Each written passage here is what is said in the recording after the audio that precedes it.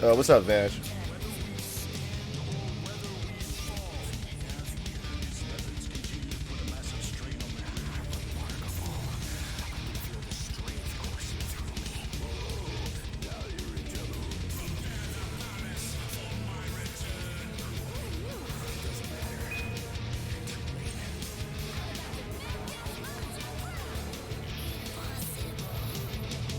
All right.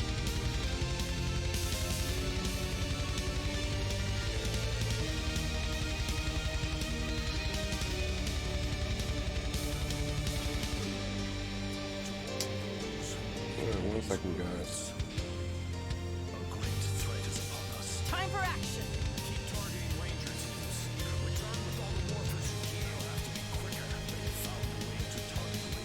I'm not just any ranger, not by a long shot.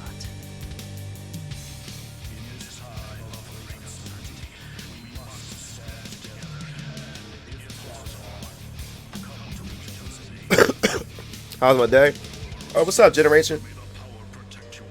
My day is pretty it's okay. I woke up kind of late 'cause I went to bed late. No. I wouldn't say I went to bed late. Well, yeah, I did went to bed late actually. We after I got off from the stream, I had some pizza. Me and my daughter had some pizza and stuff. And let me go over here 1 second, guys.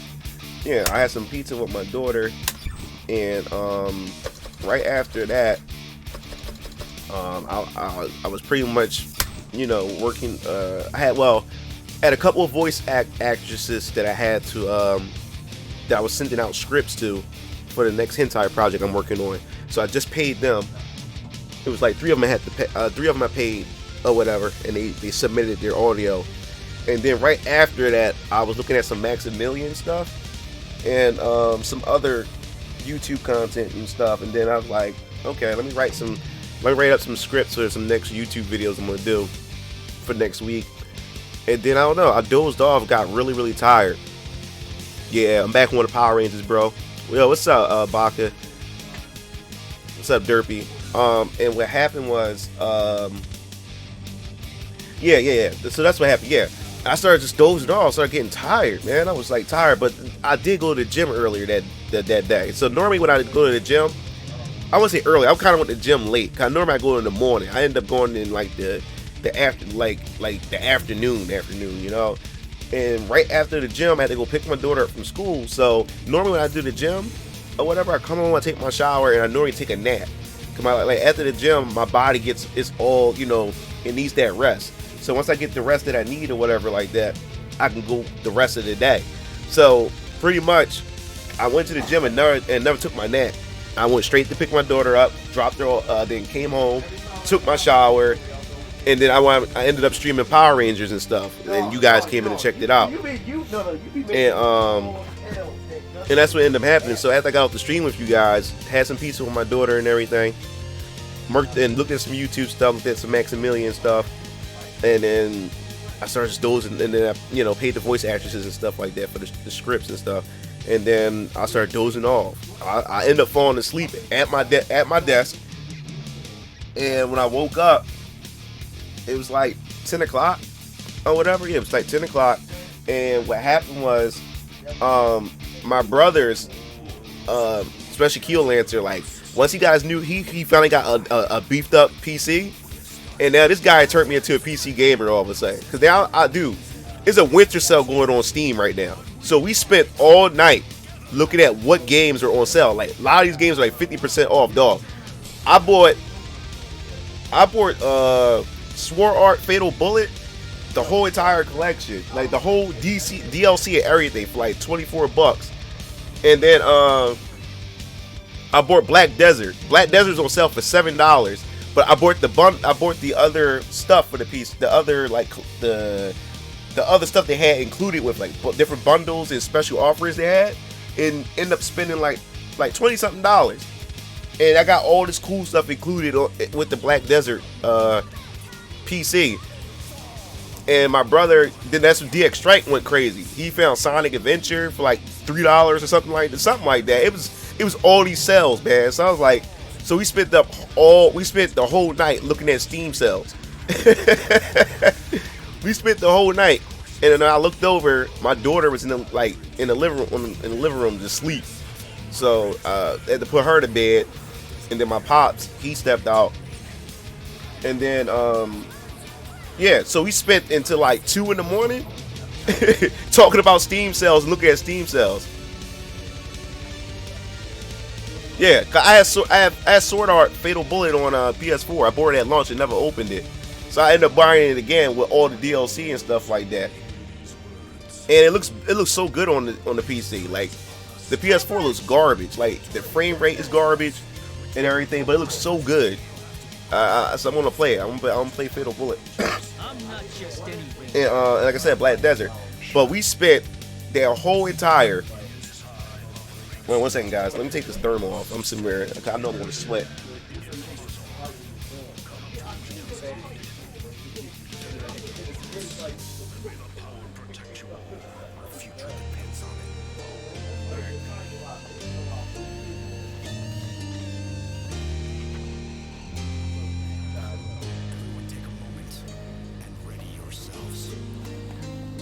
Yeah, so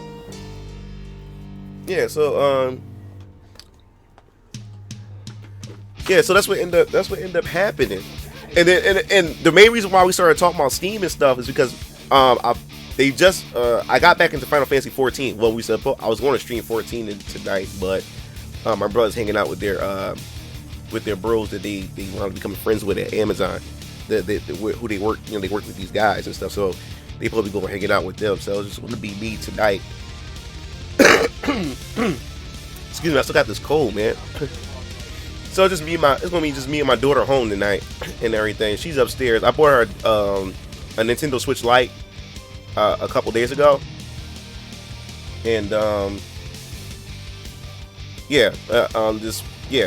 what happened? I bought her a Nintendo Switch Lite like 2 or 3 days ago.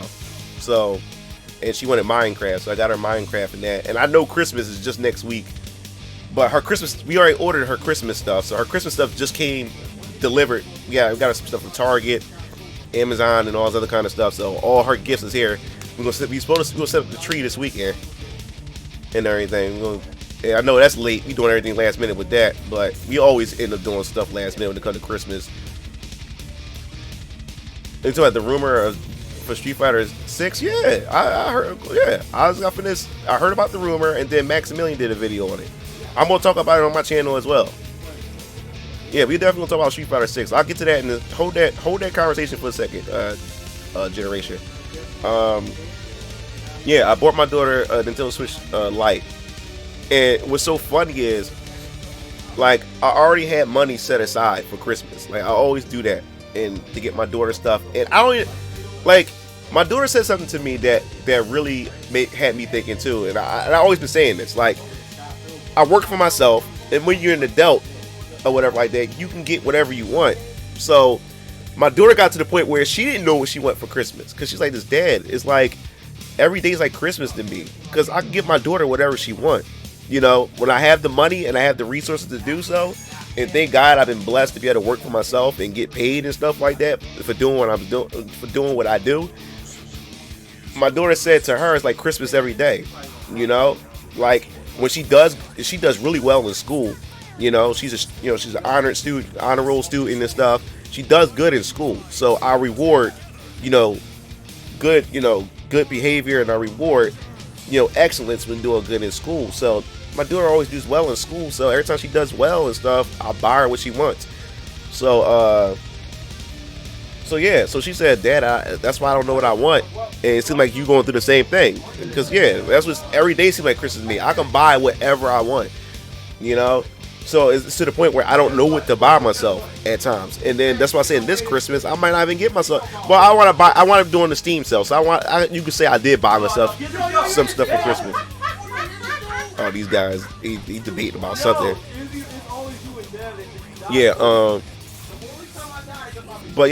So, and that's the thing I'm going through right now. I want to get the Oculus Rift because I'm about to take my hentai stuff to VR level now. My kids play Fortnite on their Switch, which is good for me because I don't need to pay monthly. Yeah, which is good.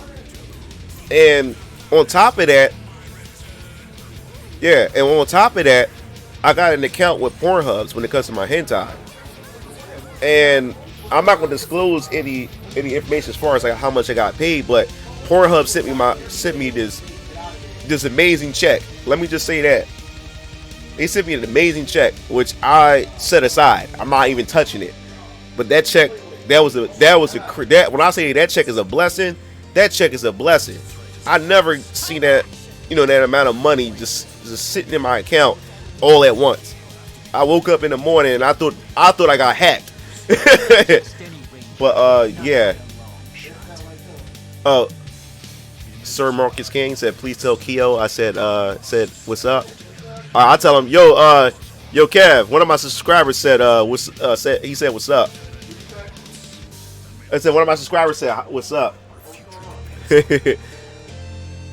Oh yeah, no, I got a partnership with Pornhubs for my hentai, and they sent me a nice check. Yeah, I mean, I got a nice check from Pornhubs. I was not expecting, so that was a blessing. 2019 was just a blessing for me. Period. So I'm definitely looking forward to. Let me go to my Facebook. I keep forgetting I'm connected to Facebook too, so I don't want to make it like I'm ignoring my Facebook viewers as well if there are viewers just watching this stuff. So yeah, so that was a blessing, and I thank God for that. And I'm looking forward to see what other blessings is coming my way in 2020. I'm confident that 2020 is going to be definitely good and stuff, everything.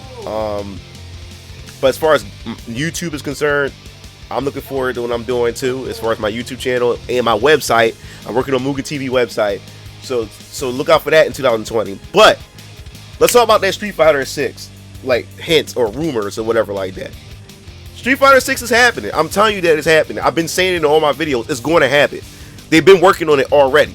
Like people don't understand. People think that that game developers work on a game the moment a next-gen console just arrives. They believe that, they're not going to work on it until PS5 comes out. That development doesn't work that way. Development for games take years. They're not going to wait till PS5 drop and then start developing Street Fighter 6. That makes no sense. Because what if Street Fighter 6 takes them 3 to 4 years to develop? That means that's well in the middle of PS5 life. Probably we might be going to PS6 or something like that. It makes no sense. Yes, it does, man. Yes, it does. Oh, yeah. Yes, Sir Marcus. I got a website. I got a 3D hentai website and everything. But, funny how, yeah. Yeah, so Street Fighter 6, man, is like, seriously, like, I'm looking forward. I can't wait. Because think about it for a second. Just think for a quick minute.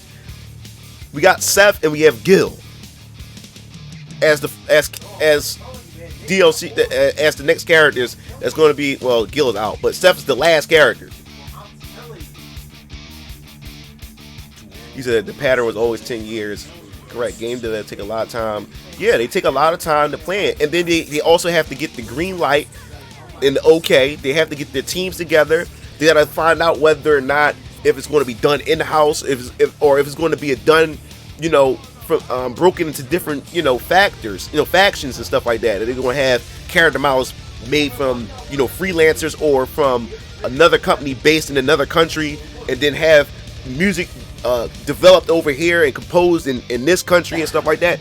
All that stuff takes time. And then they also have to pitch it to the companies, to like Nintendo or Microsoft or Sony, to the ones that owns the consoles and stuff like that. Then they got to pitch it to them or whatever like that to see if they can get that to have the game made for that console and stuff like that.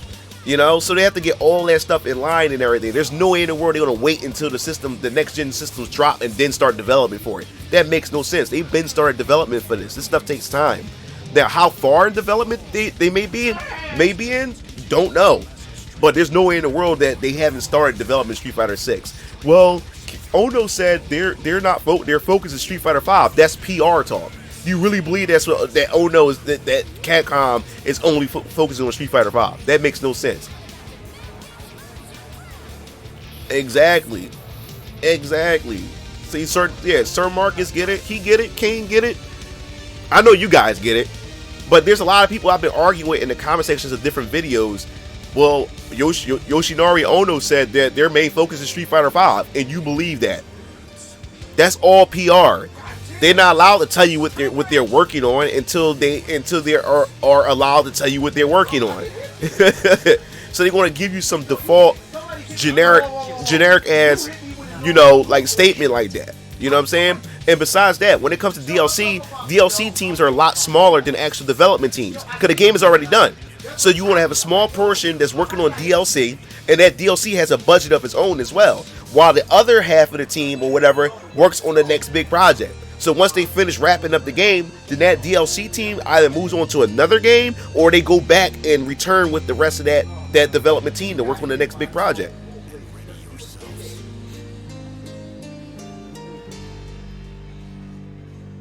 Yeah, so that's the thing. Like, I don't understand why people don't understand that. People who truly believe that Capcom is not working on Street Fighter 6, that in itself is foolish. That in itself is foolish. I don't understand how you not believe that they're not working on it. That makes no sense, man.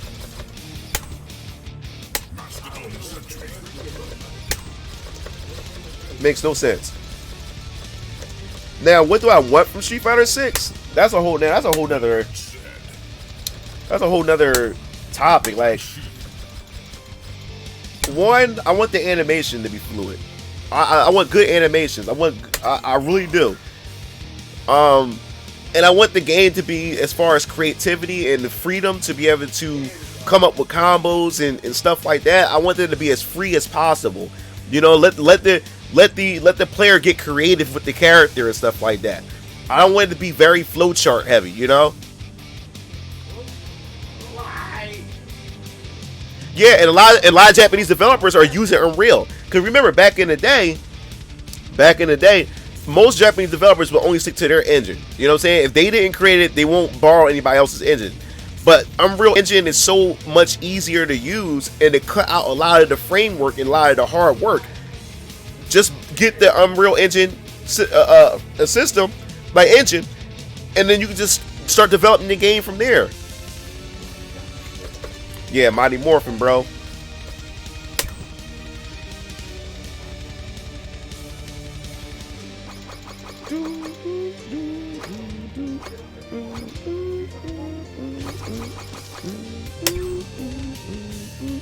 Love Mighty Morphin, man. Mighty Morphin is always gonna be my favorite Power Rangers. Always. It's always gonna be my favorite Power Rangers, guys. Always. But like I said before, Street Fighter 6 is gonna be awesome, man. And like this whole year is amazing, man. Like, it's been so amazing, man. I've been blessed. Gaming been pretty good this year and stuff. You know what I'm saying? Like, financially, things been well for me and everything. I'm able to do for my daughter, able to do things for myself. My channel has seen an increase and stuff like that. Games have been awesome, and in 2020 is gonna be crazy. 2020 is gonna be crazy for games and just crazy for my life in general. Yeah, what's up, Bird? Power Rangers. I got it yesterday, bro. My brother DX Strike wanted me to get it. He wanted to play wanted us to play and stuff. So I like, and the thing was, I was going to wait until more characters, but I like, you know what? Let me just give it a go. I mean, let's give it a go. You know.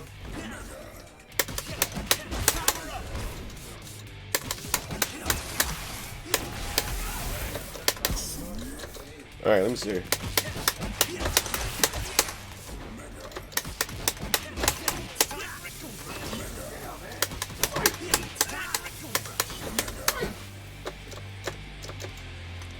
Alright. And that was the back kick. And that was that. Alright, so back gives me that. Neutral gives me this. And the forward and special give me that.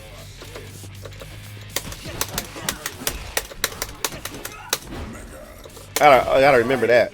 Oh, okay.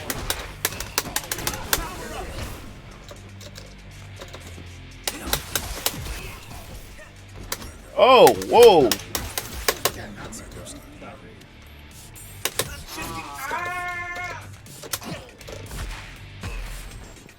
going to be a blessing for many. It's good to see you and Kevin doing great over the years. Remake coming.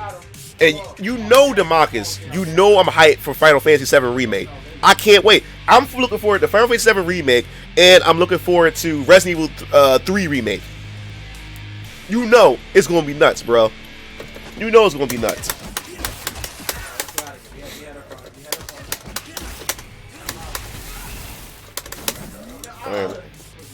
What's the difference?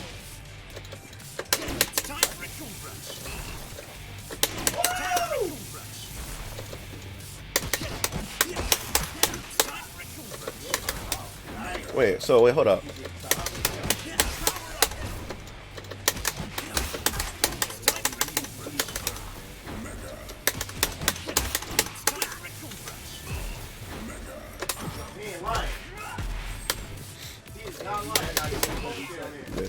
Oh yeah.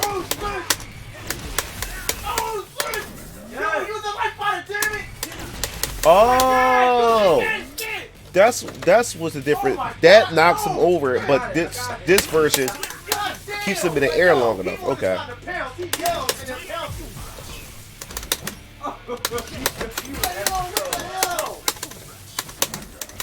Oh, so I can go back over, but it depends on how far.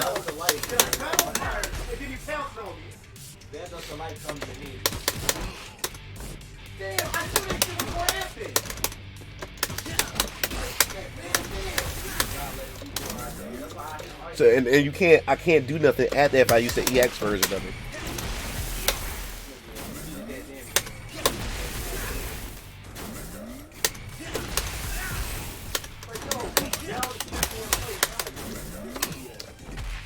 Final Fantasy VII Remake has both the classic battle system and Devil May Cry battle system.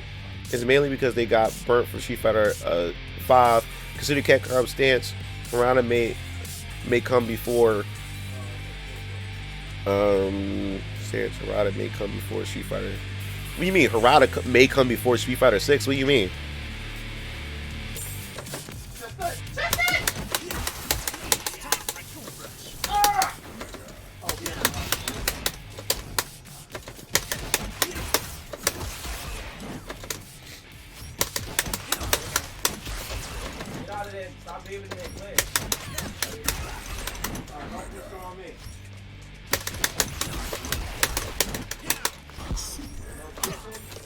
Alright. Get over here. Right behind me.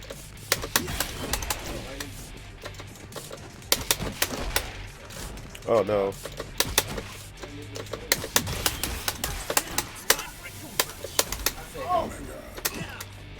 Shut up.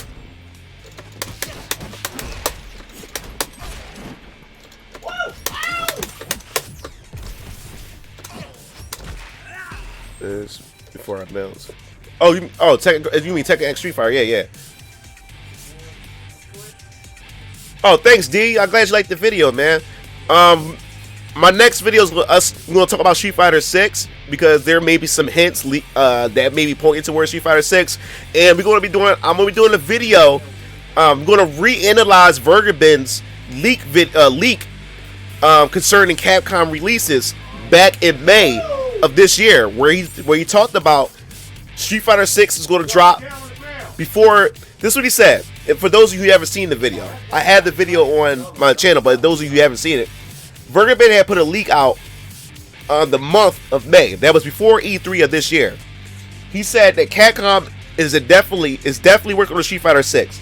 He said that Street Fighter 6 has been in development for some time, and he said that Street Fighter 6 been worked on for some time, to the point where Street Fighter 6 is going to release before the next Marvel vs. Capcom game, which is supposed to be titled Marvel vs. Capcom 4. So there's talks that Street Fighter 6 there's talks that Marvel vs. Capcom 4 is going to happen, and they said that Marvel and Capcom is really this time taking it much more serious because of the backlash and the poor reception that Marvel vs. Capcom Infinite have received. So they were saying that Street Fighter 6 is going to drop before the next Marvel vs. Capcom game, which is Marvel vs. Capcom 4. Then he also said that there is a Dino Crisis remake being made. Now, we're gonna reanalyze his videos because I want to show that if all this stuff could be a possibility. Because think about it, look at the evidence. Look at some of the stuff that could be seen as evidence about the trademarks that I made yesterday, the video. Now, they trademarked Dino Crisis yesterday, right? Or we got that over the, for the past, within a couple of days, they trademarked Dino Crisis. Vergaman did say that they're working on a Dino Crisis game. Street Fighter 6, or whatever like that. He said that Street Fighter 6 is definitely going to come out for next gen consoles, and it's going to release before Marvel vs. Capcom 4. He didn't say what year it's going to release, but he did say next gen console that Street Fighter 6 is going to happen. Now we have some possible hints that's pointing towards Street Fighter 6. Then he did say that Resident Evil Nemesis was going to be remade, and he said he's not sure, but he said it may be revealed at E3 of this year, which it didn't, but he said he wasn't sure about that. He just said that it is going to be announced this year, which it ended up happening. And he got, yes, Vergaman got, and he mentioned DLC 5 in the past E3, I believe it was. So this dude's been spot on as far as this is concerned, and he never gave us dates. He just said that this stuff is going to happen, and then he did say, that it was a couple other titles. Because he named a bunch of them. Yeah, he said Beautiful Joe 3. He didn't have a release date for that, but he said that was in the works.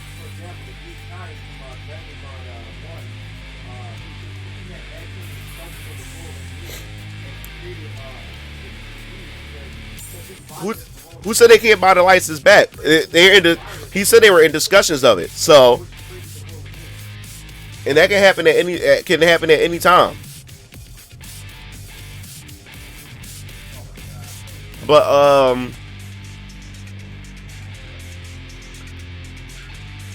But yeah, like I said, there's a lot of stuff that's going on, and since he said Street Fighter 6 is coming out first, that means Marvel vs. Capcom 4 is probably later. You know how much time in between that? Yeah, Vergaman haven't been 100% right, but that guy is always, majority of the times, he's more right than he is wrong. And then when he's wrong, he's off. He's only off by small details. Yeah. So look, man. Bring it on. Bring it on.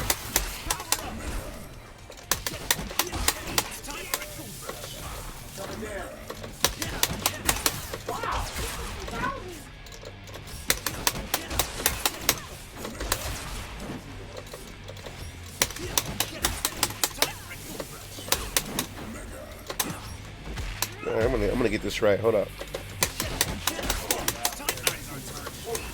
I wasn't supposed to press it twice.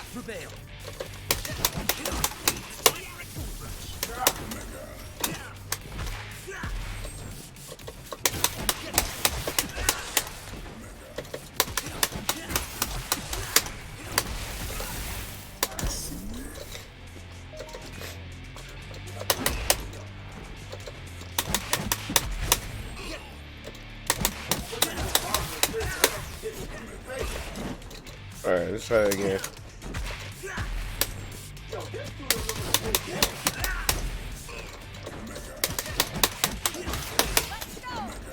I wasn't supposed to press it twice. Keep pressing it twice and then keep tagging. No, messed that up. I'm supposed to do the final hit. Yeah, license won't be an issue.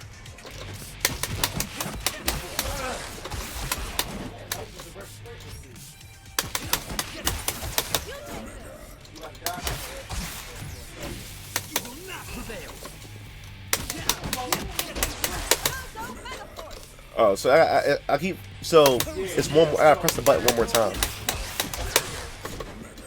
Alright, I have to get it right. Alright, I think I gotta try it again.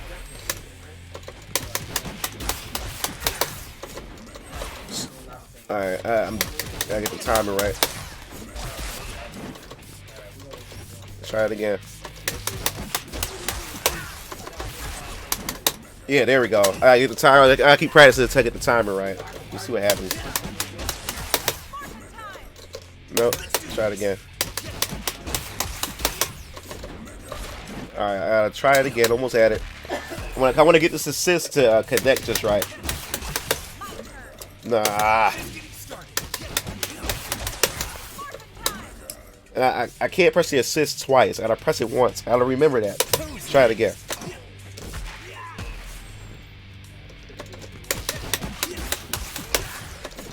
Alright, I press a little bit early. Let's try it again. Ah! Almost had it. That was dope. I figure out what I need to do next. Should I EX after that? Yeah, that expired. Marvel vs. Capcom 2 license expired. They have to renew that. They just did a Marvel vs. Capcom cabinet, which means Capcom and Marvel will have to sign on to that for that to even happen. They have to still choose whoever like that. And even if they do have the license, it doesn't mean they'll put whatever game they want to put back in the shop automatically.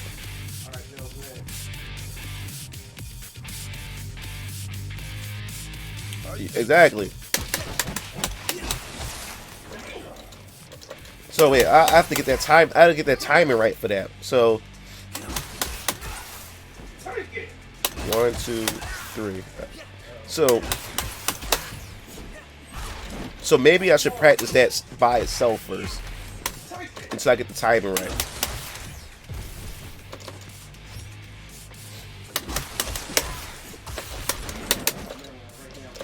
Try it again.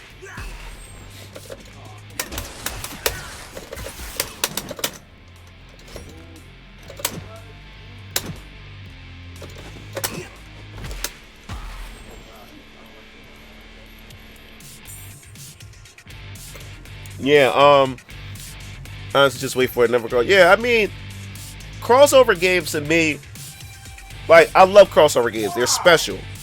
I don't want them to be overused. You know what I'm saying? They should come. To me, crossover games should happen. The timing to them should happen, at the right moments. I don't want a market oversaturated with crossovers. To me, it loses its uniqueness.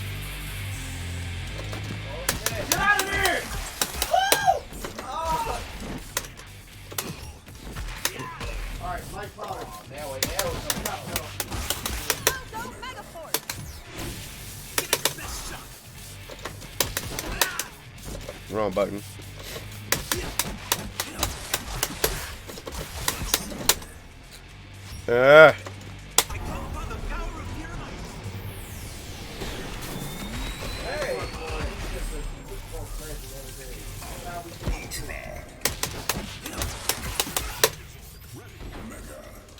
Oh, I wouldn't try to do that. Did that by accident. Yeah, we said smash.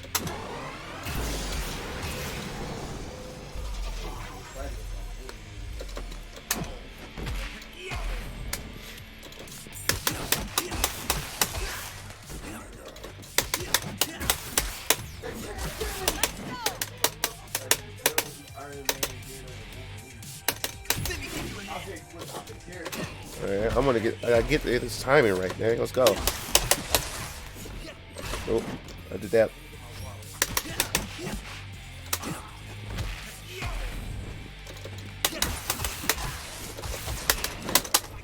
Ah! Did it wrong again.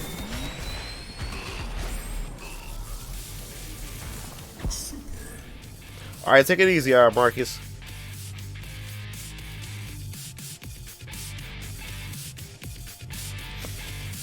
Speaking of crossovers, we still have Smash, but what would another fighting game that would work? Look, right now I want to see Rival Schools come back. I was never a Darkstalkers fan, but I would love to see a new Darkstalkers. I would love to see a new Plasma Sword.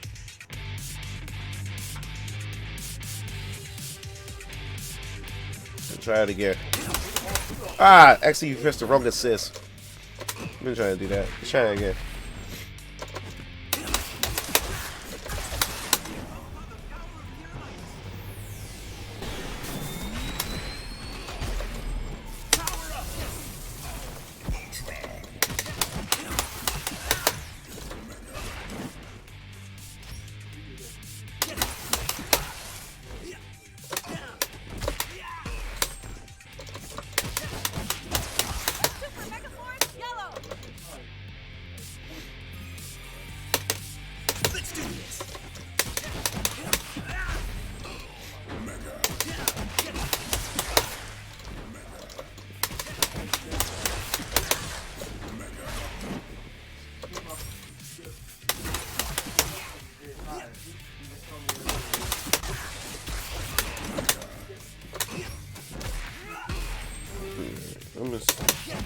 Let me switch to her real quick.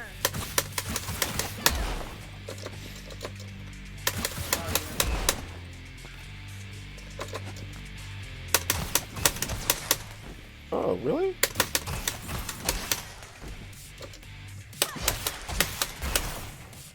Oh, wow.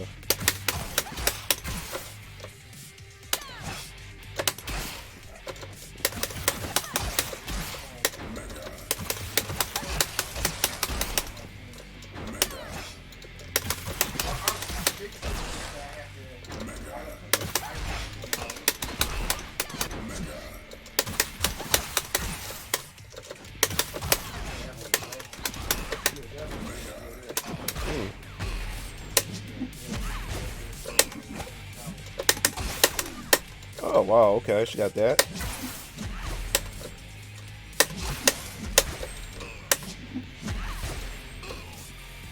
She's good. Oh, what's up, Bass? The first disc is arcade mode, second disc is school mode, which you play in RP, which was ahead of the time back there. I didn't really care about the school mode. Dragon Ball Buzz 2 would be pretty cool too. How you been, Bass?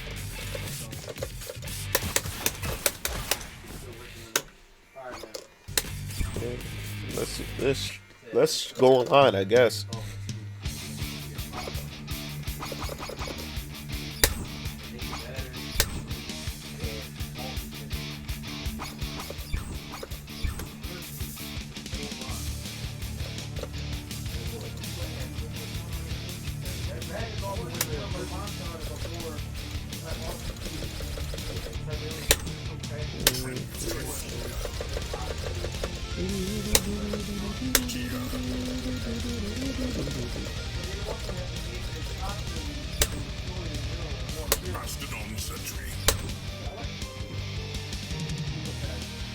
Oh, I forgot all about Capcom's Deep Inside. Oh my god, I don't feel like talking about crossover fight sauce. You are the crossover encyclopedia.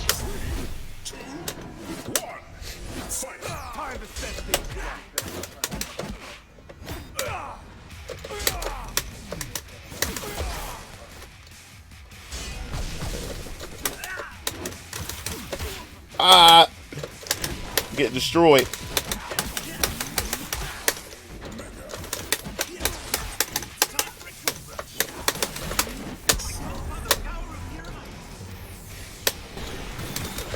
Ah.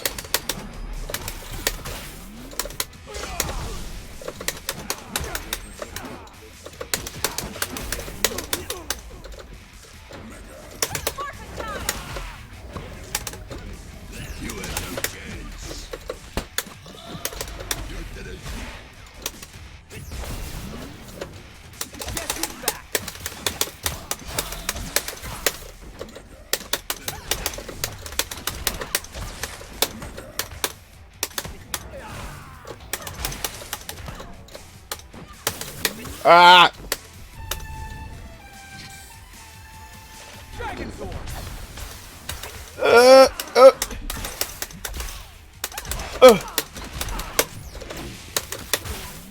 Nice. Yellow Ranger power up.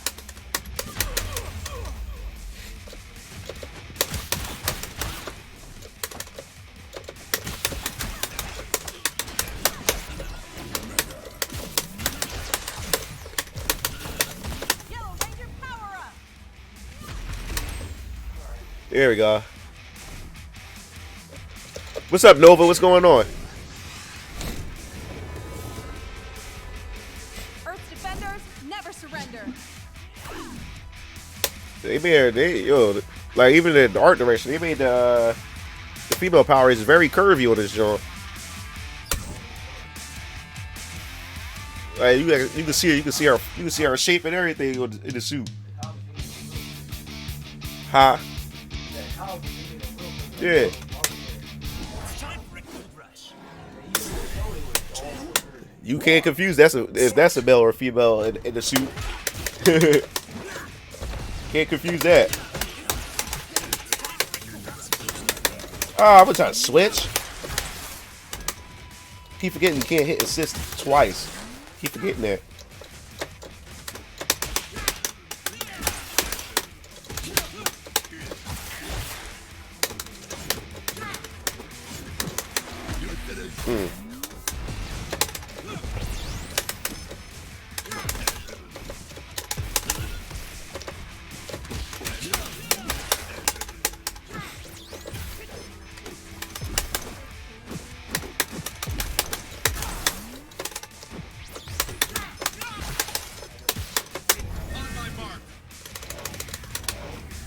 How does that work?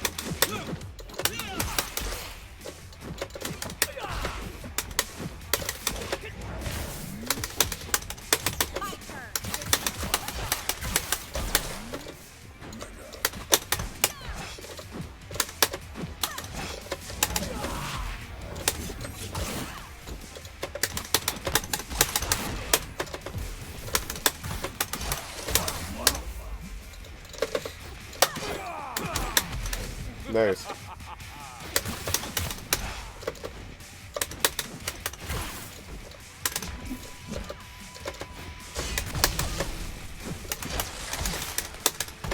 Have been warned. Yellow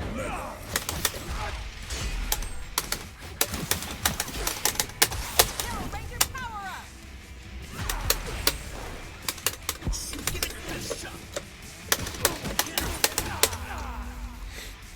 There you go.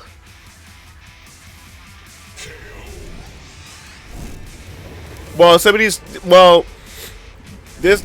some of these powers came from the comic books too.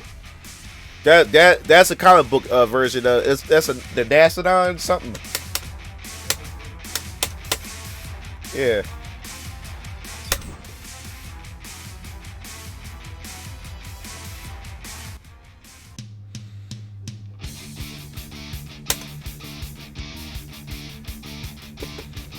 PlayStation All Star 2. Well, yeah, PlayStation All Star 2. I like to see something about that.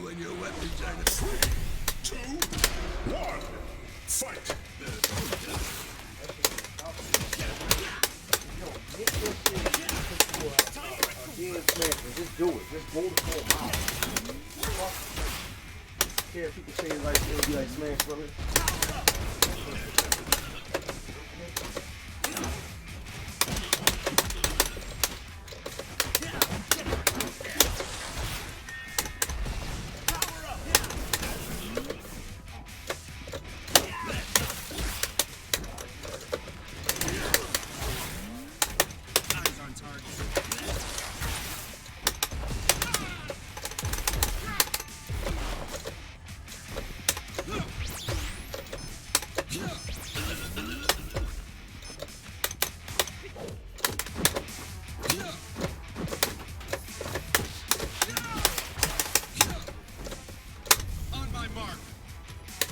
Oh, keep forgetting that. That's not the EX button.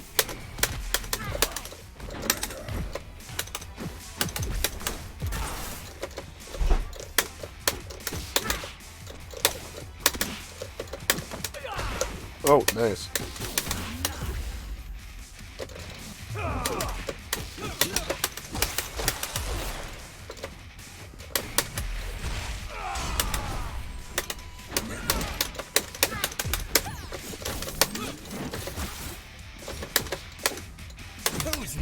Have been warned.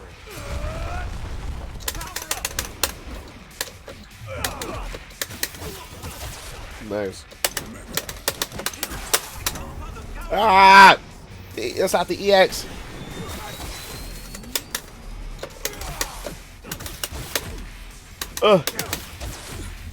Ah!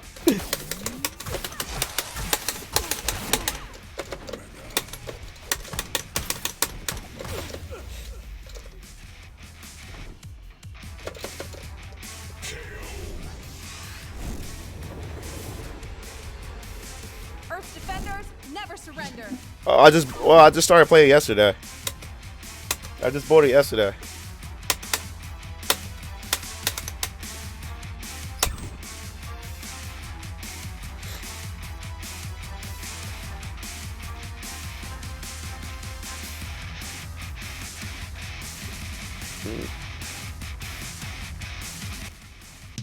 Uh-oh. Level 68. Jesus Christ.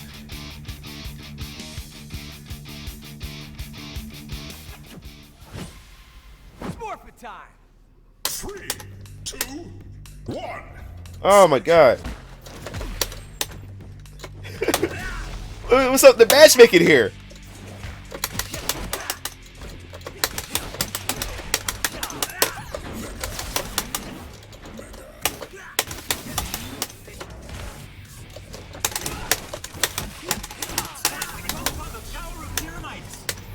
I wasn't trying to do that. It was an accident. But I'll take it.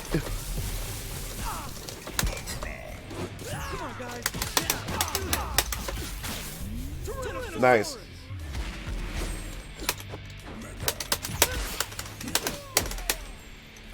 Ah!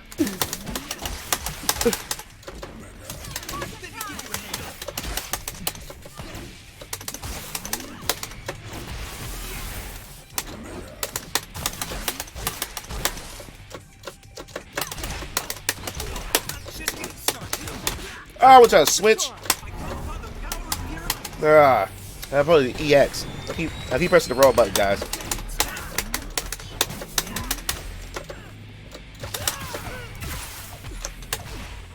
Nice, man.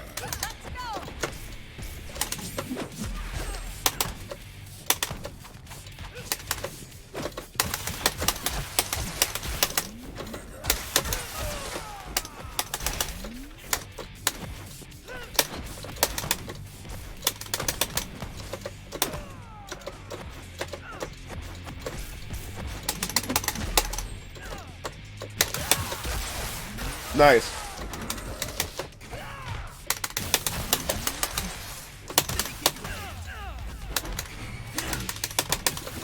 Ah! Oh my god. Oh! Somebody save my life.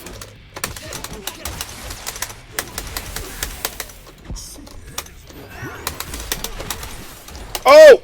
Oh! Oh! Oh!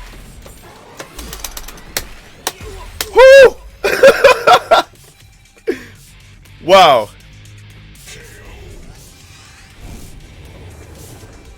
Oh, okay.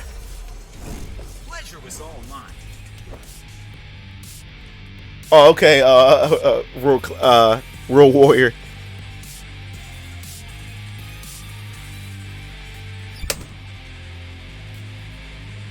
Wow. I was like, I became a grab king for that second. That was crazy.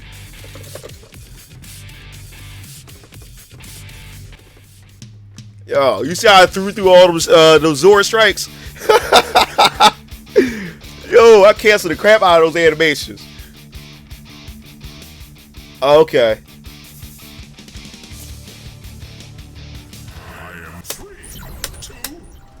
Let's go.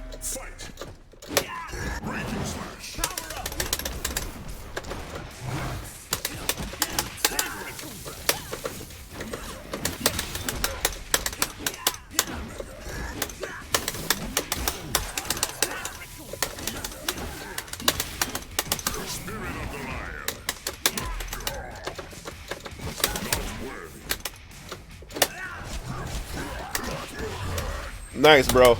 Ready, Rangers? Super Mega Force Yellow. Ah, ah, ah, ah.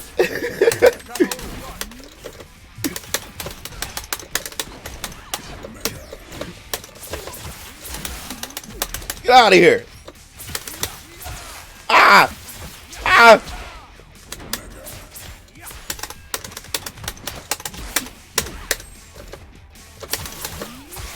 Oh, I can't breathe. Ah, it hurts. Oh.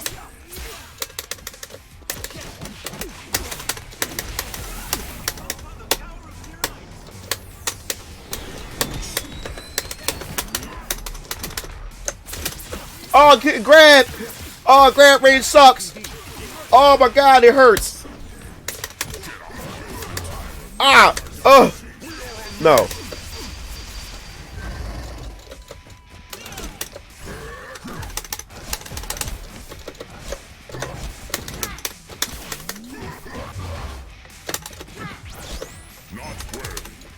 Not today, son.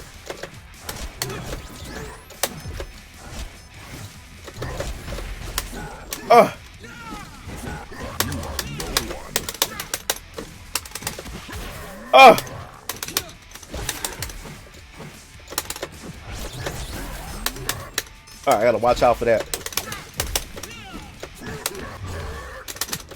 Woo!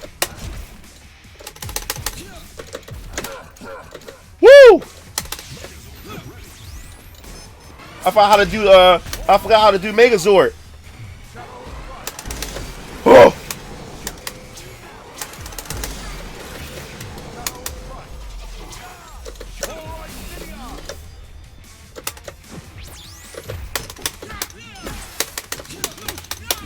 Woo! How to do Megazord? I forgot how to do it.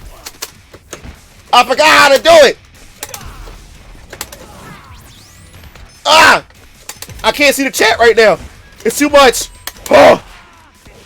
No!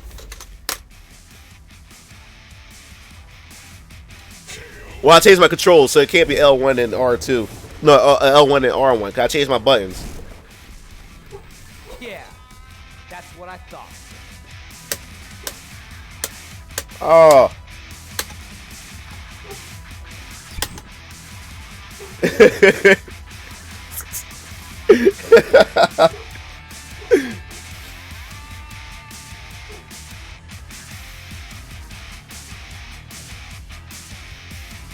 Is it him again? No, it's not. Is it? No, it's not. He had Daichi.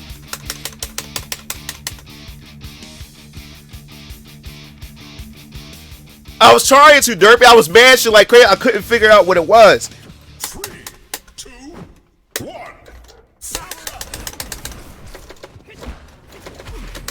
Oh. I got a dash too, sucker. I got one too. Ah.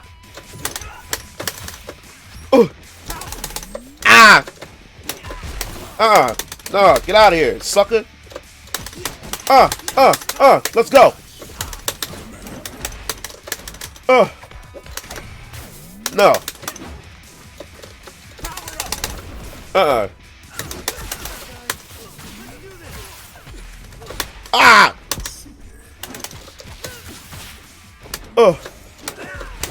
Ah.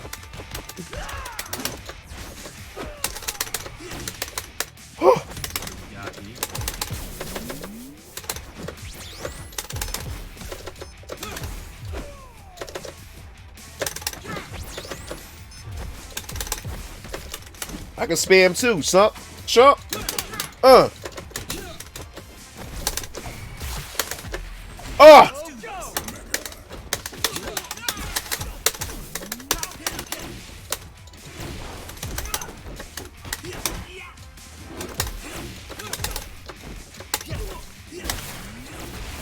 Oh, oh. Oh. Oh. Oh.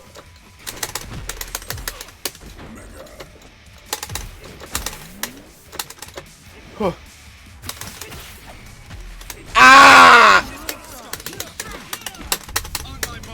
No! How does that work? How does that super work? Take that. Let's go. No, we're gonna do it again.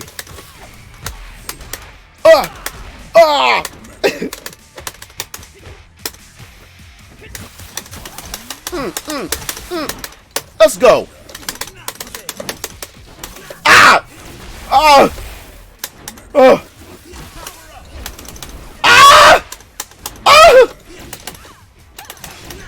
Ah! I can't do it. I can't do it, guys. Yes, I can.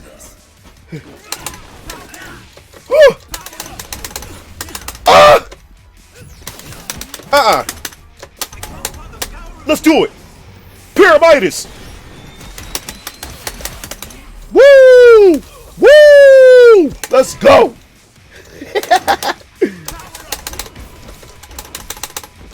Power up. Ah! Freaking Megazord! Sucker! Whew! Whew! Ah! Oh! Get out of here! No! Ah! I can't believe this sucker! Let's go! Where is my Megazord? Here we go! No! Let's go!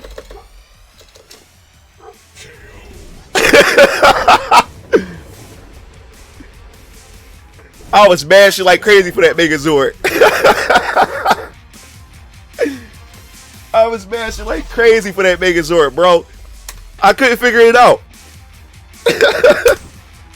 Oh my god, I can't stand this cold, yo. My nose stuffy as hell. My throat is grouchy. Y'all seen that? I bought that L. That's the only reason why. If I had, hey, I think, yo, this is the guy again, I think. No, it's not.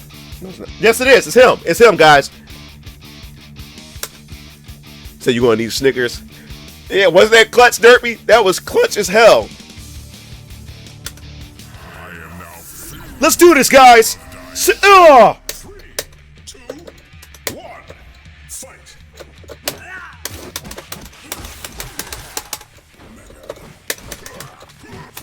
Yeah, it's the same guy from last time. Oh, I can cancel that? Get out of here. Get out of town, guys.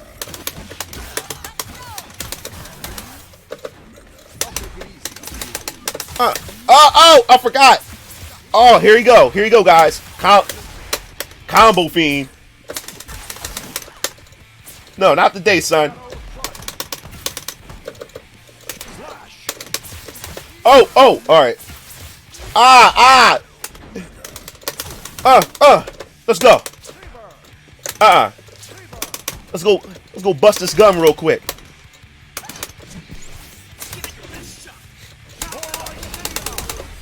Wait, he's invincible? Get out of here.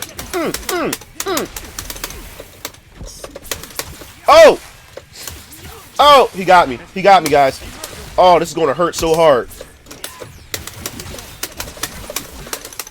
Let's go. Sucker. Ah! Ah! Ah! Oh, this sucker. Oh, this Megazord, it sucks. Let's go.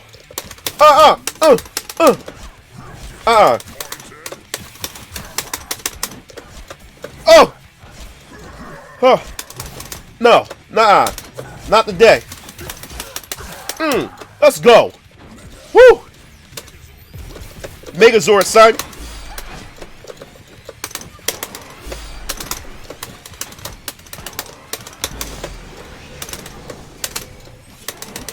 Ah! Yeah, there we go. Let's go. Come on. Ah! Oh. Are you serious?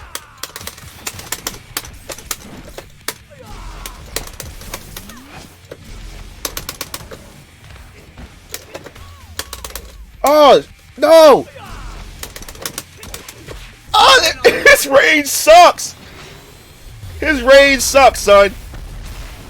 Oh, all that health. Oh, my God! Whew.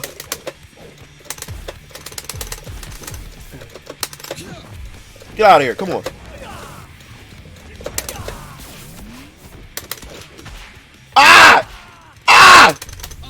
No! His super sucks! How does it work? Yo, can somebody tell me how his super works? He just sits there. What does he do?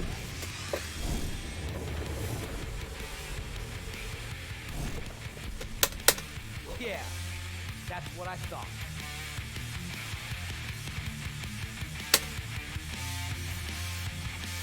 Alright, then so how does it work? He hit me and it still went through. How is it a counter when he punched the hell out of me? It didn't do anything. Wait, it has to be a punk activation. So once he activated, you just shit out of luck.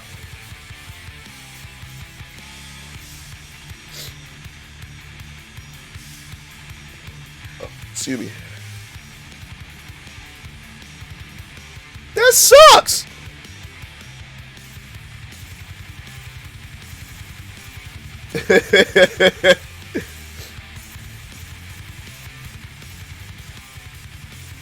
I don't know what it is, Derpy. It's stupid. No, that's what I'm saying. Like, does it? The moment he attack, I have to activate it. It's just not that you can't. Once you activate it, he doesn't attack. He just sits there and it's just. Oh, that's whack.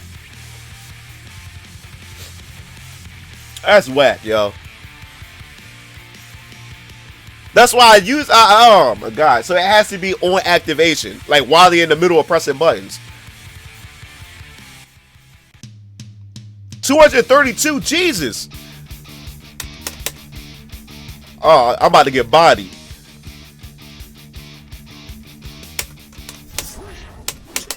I'm about. Everybody uses Daichi too. Let's go, guys. Let's show what we made of. Ah! Ah! Ah!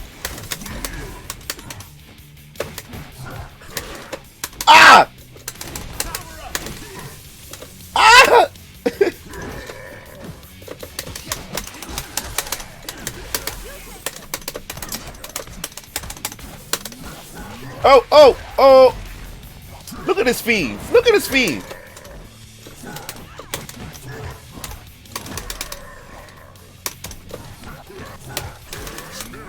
Ah! Jeez. All right.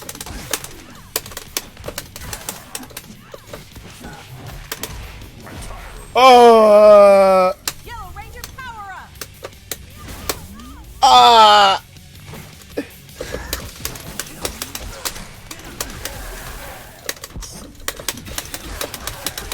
Get out of here. Let's go. Come on. Take it back to basics. Power up. Let's show them, guys. Ah. Oh,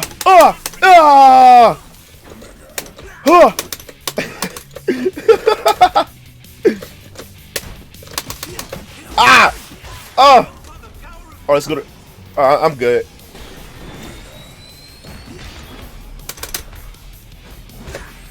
Ah! Let's go. Ah!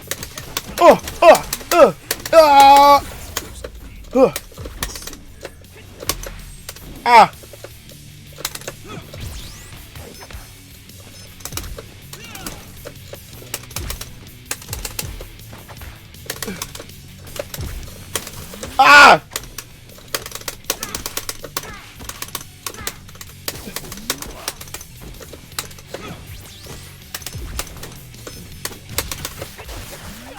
Alright, I'm about to catch some pressing buttons, guys. Come on! Catch him! I'm trying to get my counter, guys! And it's just not working.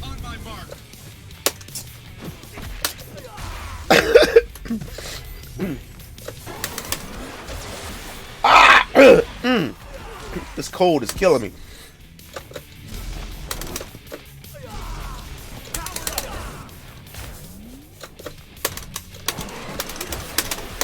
Oh!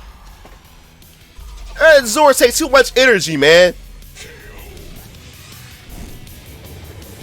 I think we pretty much know that, Sauce. Yeah. Thanks to I the thought. this encyclopedia information there.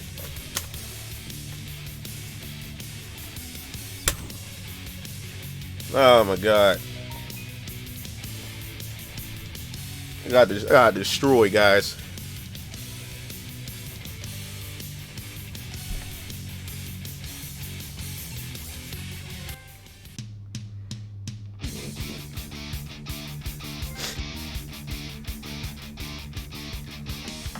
200, level 240. He says not even. Well, he pressed the button just not one thing. Derpy, shut up.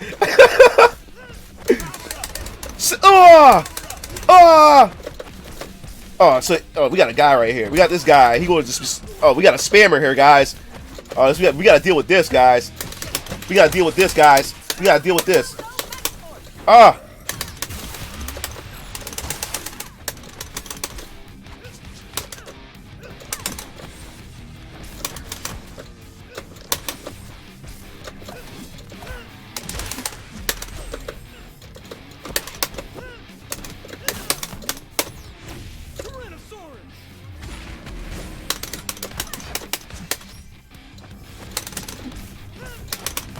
Look at this. We got a spammer here.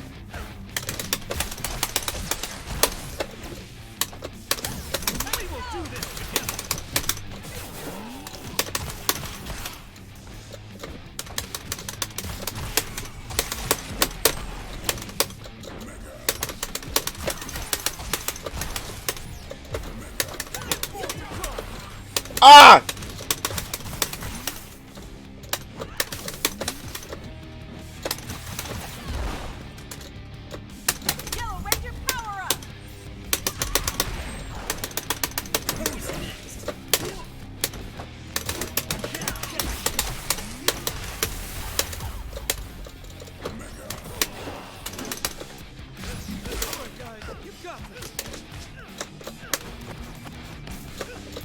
Go ahead, keep spamming.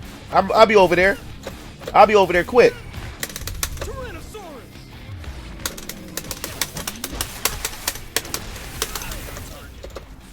Yeah, keep spamming.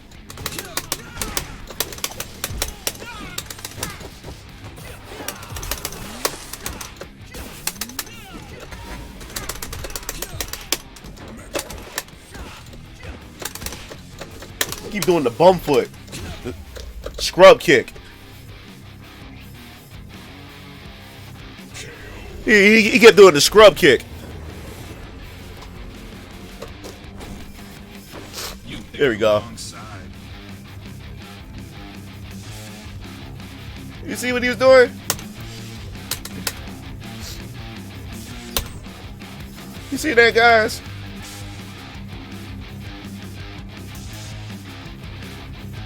Scrub. And this is coming from a scrub right here. Yeah. You know why he got the 200? Oh, you know why he was over 200? He was sitting there spamming. Spam master.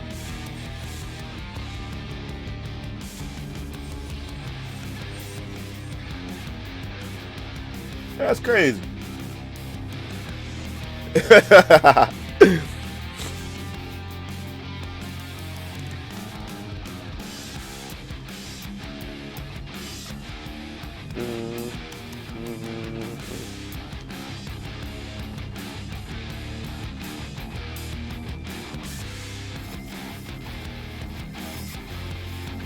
he said low tier guy screaming in the distance, bro, this dude's garbage. He said this guy's doing strings.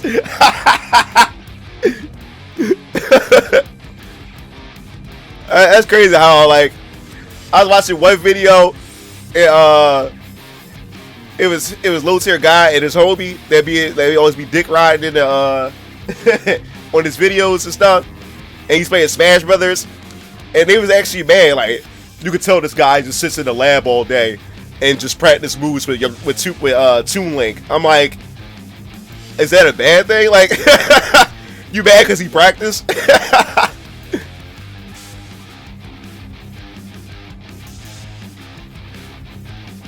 Yeah, shut up, Baka. He was 200 or something. I thought he was like good. Oh, what's up, Ryu? You should get the PS4 in 2 weeks. Oh, congrats, I guess. I mean, at this point, I would have just waited to the PS5. I would just save the money to just get a PS5 at this point. That's why I'm not buying the Xbox One. The Xbox One X or anything.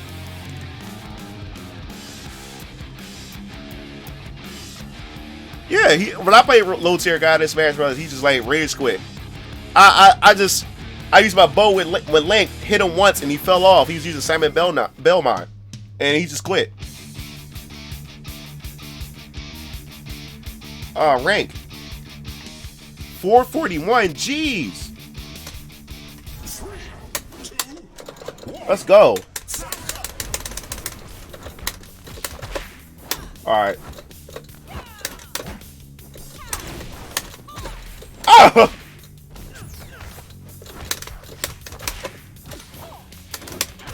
Ah! Ah! I can't breathe. It's too much for me.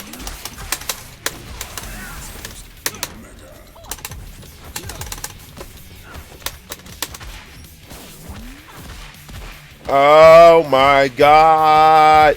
What is this? Look at this.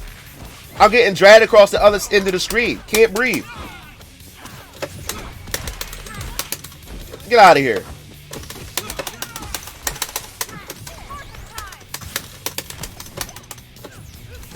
Show them what we made of, guys.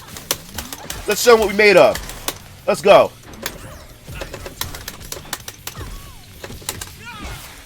Ah!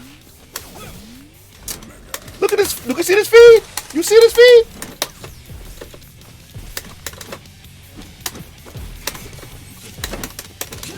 Ah, he got me. Good one. Good one. Good one. Ah! Look at the combos. Look at what happened to my health. This feed. Look at this. Look at this. Can a brother breathe? Well, it's going to be backwards compatible, so you can still get PS4 games, so just get a PS5.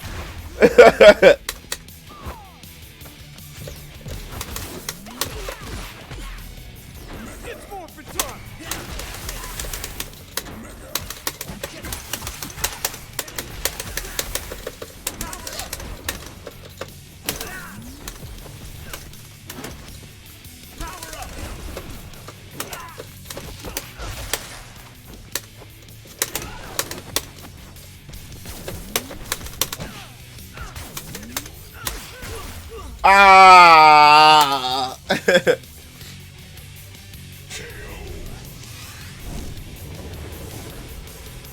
That's crazy.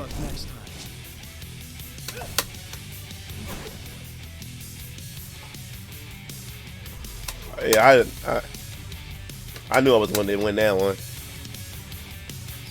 I already knew that. I walked into that one with that.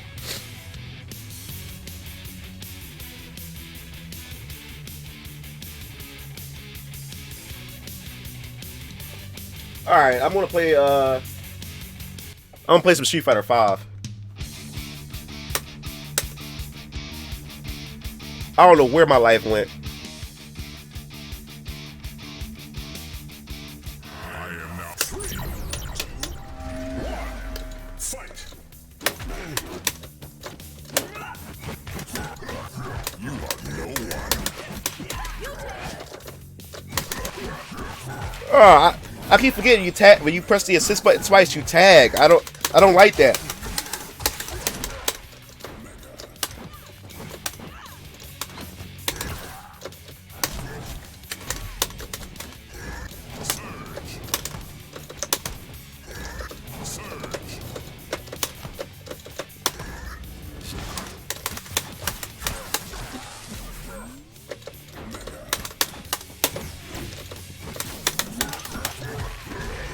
Nice.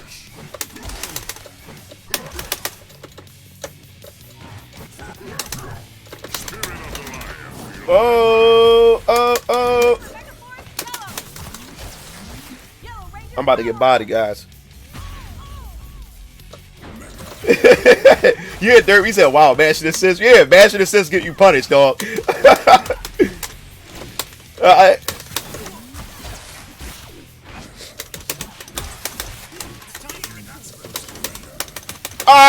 I see. I did it again. I tagged when I wasn't supposed to.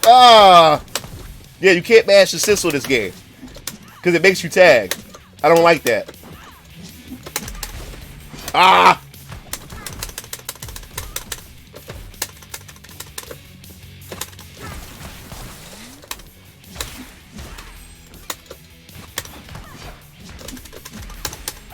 Ah!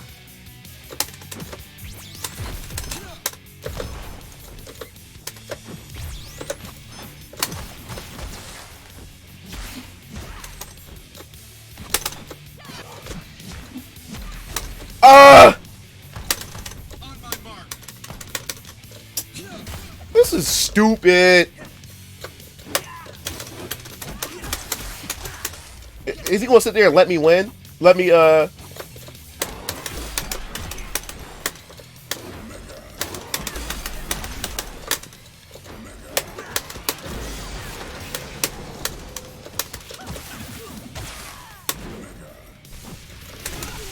Oh no, no, no, no, no. Ah, guys. Oh, this is about to hurt really bad, guys. What? All their health? What?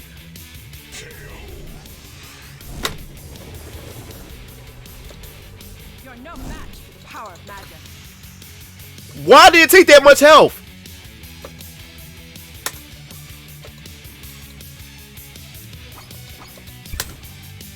Alright, Street Fighter 5, guys.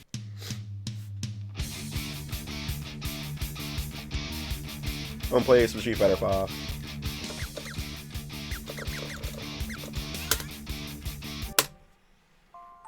You see that health? That was crazy, bro. That was crazy. Oh, I forgot. That's right. Hold up. Let me see. I'll see if I can put the disc in.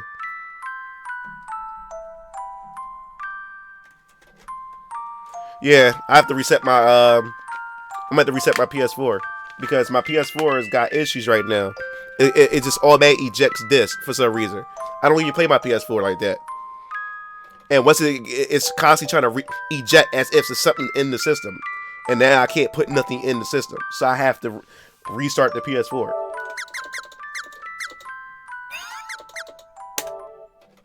I gotta restart the PS4. Like, no, I don't have it on PC. But it's crossplay though. Why do you have to? PS4 is crossplay with the PC.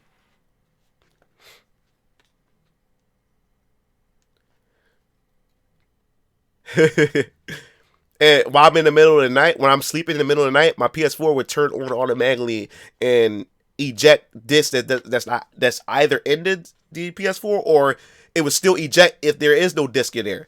And then my PS4 be making noise in the middle of the night. I have to get up and actually turn on my PS4. Oh, you said Street Fighter 4, not 5. Oh. I said 5. I ain't say no 4. Oh, you said you'll challenge your Street Fighter 4. All right. I got what you're saying.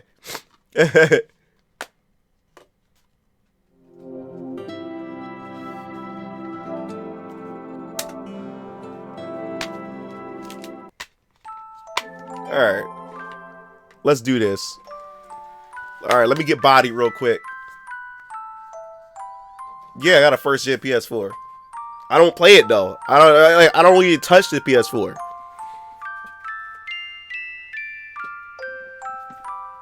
Yeah, I got a first gen PS4. Like, I never got any console mid gen. I always got the first generation of that console. Yeah. Yeah, Street Fighter 5 is crossplay with PS4 and PC for Street Fighter 5. So yeah, I guess I'll get bodied in this real quick. That was fun, guys. The Power Rangers is pretty fun. So let me get depressed playing this.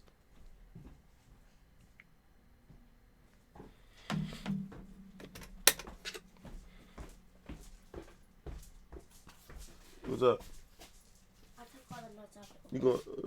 You going somewhere? Yes, I ought to be going Christmas shopping. We should come back with Marquis. I'm gonna say hi to the. Oh, Say hi. hi. Say hi. Say hi to everybody. Got an update. Oh, come on.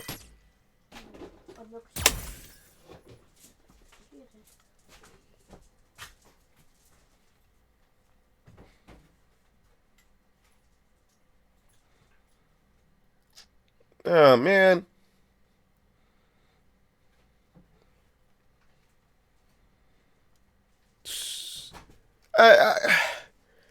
This thing seriously got an update? Wait, hold on. Let me check my notifications. Is it updated? Oh, come on!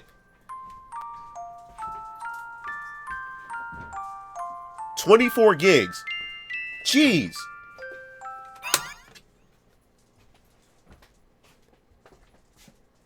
He said we're off to a great start. Look at this. I guess we could just talk crap about Street Fighter right now, and until it actually give me an approximation what it's going to be done downloading. Well, anyway, yeah, Street Fighter 6. I'm about ready for it. Put it in rest. 24 gigs, my boy. 24 gigs. I got an external, so all my stuff is saved to my external. I guess I'll do some training. I guess I'll do some of that. Yo, Dirt, we gotta play some Street Fighter Cross Tekken, bro. When you get time. Shut up, Derpy. I ain't ended the stream yet.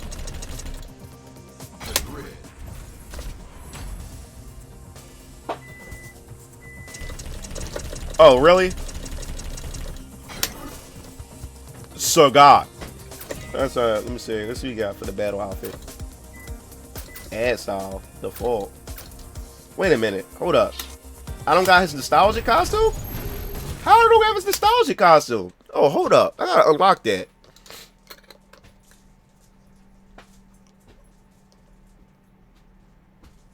Yeah, I got fight key. I got it on my computer, yeah. I really I would have to I'm trying to figure out how. Yeah, we could play some let me see. No Revenge, that's all I want. No Revenge mechanics. We'll play some Street Fighter Cross Tekken in a big Derby. Because I was reading in the instructions, you know, saying like trying to stream it is the way the Xbox Live thing is, or something like that. Says it's kind of like difficult to try to stream when playing somebody online or something like that. So I'll have to play off stream, but we can play some. Make sure the low tier characters have a fighting chance against top tiers. Oh, I'm gonna get the nostalgic story. Where's the guy at? Yo, I done none of the story.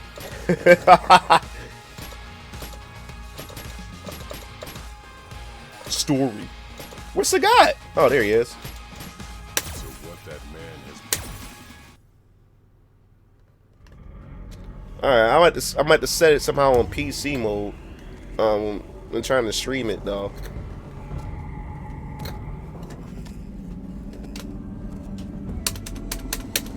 I'm gonna set up my overlay for my. I haven't streamed. Let me how I say it.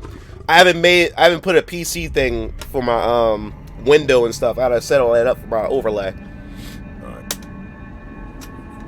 Let's skip. I don't care.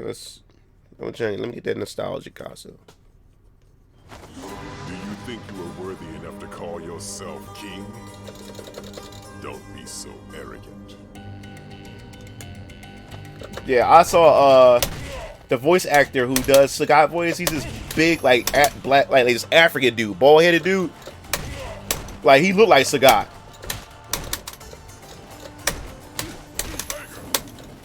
Like his voice is like strong as hell. I have to remember what I was doing from playing Power Rangers. Dude.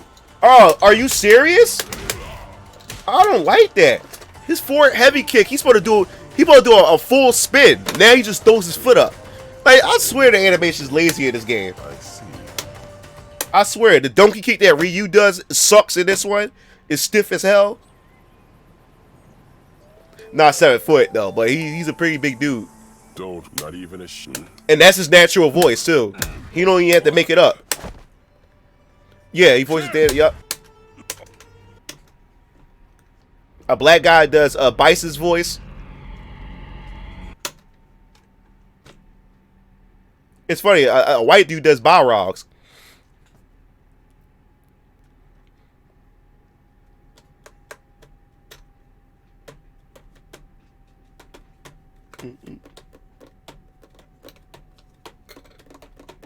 Load time is crazy, son.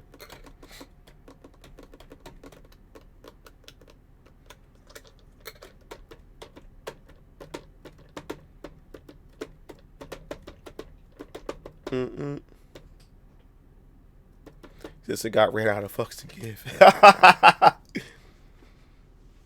Yo, this load time is nuts. Yeah, he was the voice at. He was the actor. If you ever watched this black sitcom show back in the '90s called Living Single, the black guy that was the main, like one of the main cast members, the black dude. Yeah, he was the voice of Kratos. I recognized that voice ASAP when I first seen God of War. I recognized his voice because that's how he sounds naturally.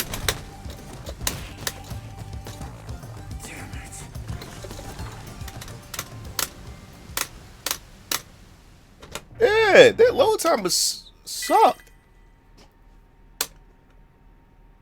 I completed story mode? What? What is this?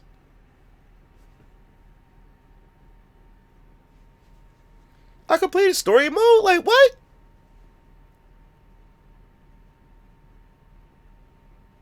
Yeah. Yeah, exactly. Yeah, World Warrior. Yeah. Yep.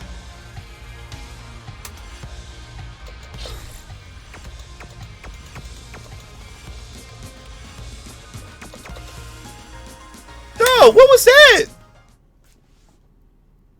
What was that? That was so short. Yo, they tripping with this, man. Capcom, like, what y'all doing with Street Fighter?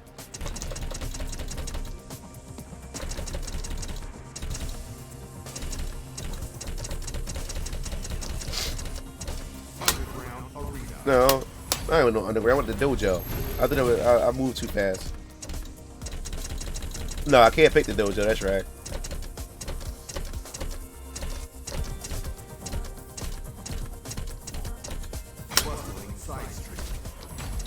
Bustling side street. Try some Kage.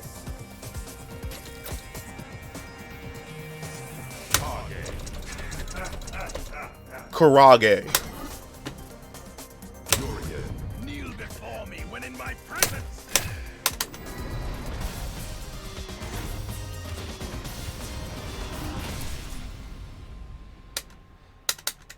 I'm so like some of the all right.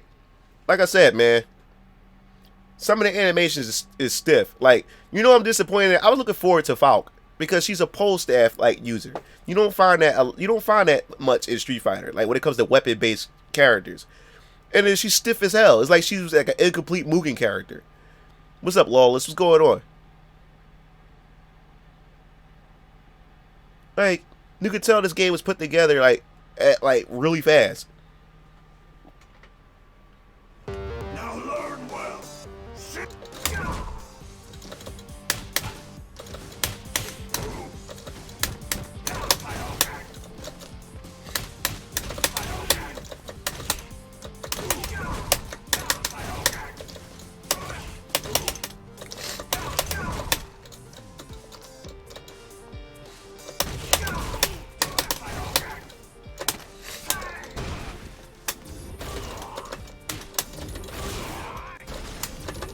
Oh, you can't cancel like Jory can? I'm thinking I could cancel like Jory and stuff. You haven't committed to it, huh? So there's no cancel?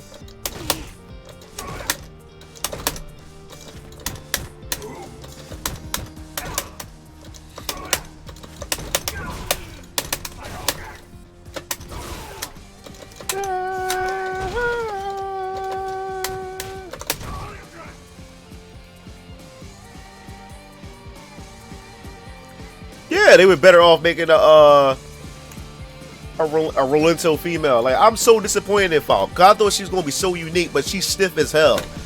Like the way she hold the staff, she just goes like this. She just hit like stiff. Well, you didn't see his reaction? Seth did a whole reaction on it. Not Seth, I said Seth. Pinocchio, he did a reaction on his channel. He did a whole analysis video too.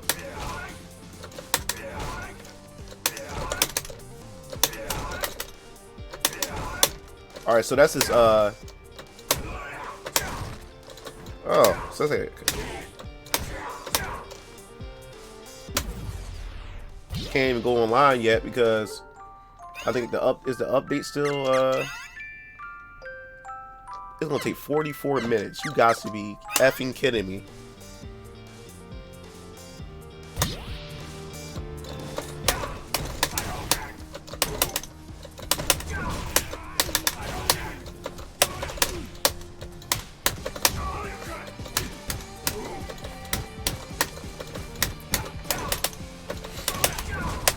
So wait. So I can't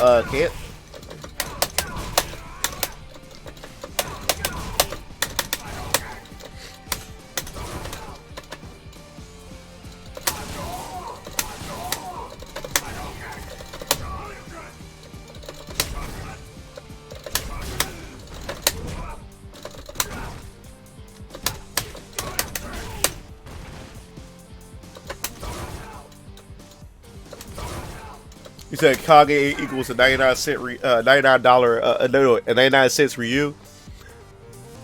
So what happened to what guy? Yeah, but Nunko I will stop it. You said one frame links aren't a thing in this game? Oh, okay. Oh man. I went to play online and it's up there. It's gonna take 44 minutes to do it. Take 44 minutes.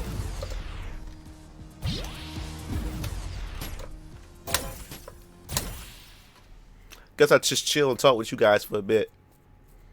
You miss Who Salt series? Who?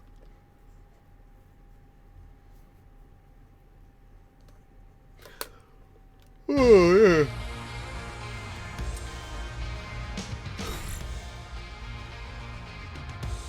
44 minutes, my man.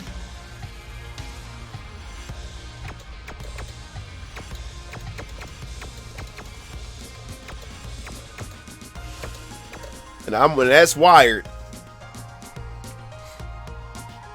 That's crazy.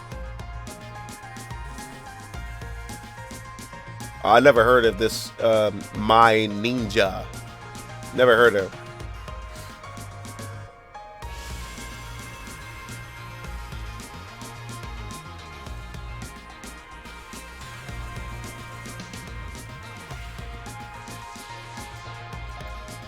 What's that, Russ? Derpy, chill out. He said the stream gonna be over.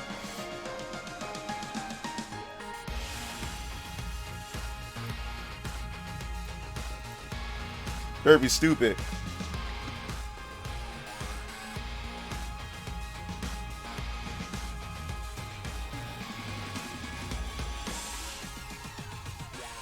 Oh, okay.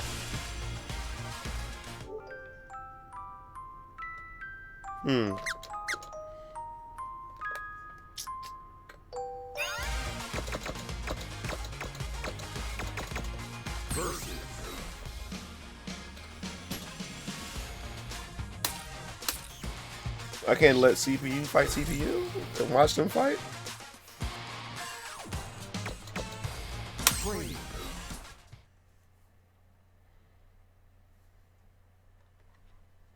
So what are you guys doing for the holidays, guys?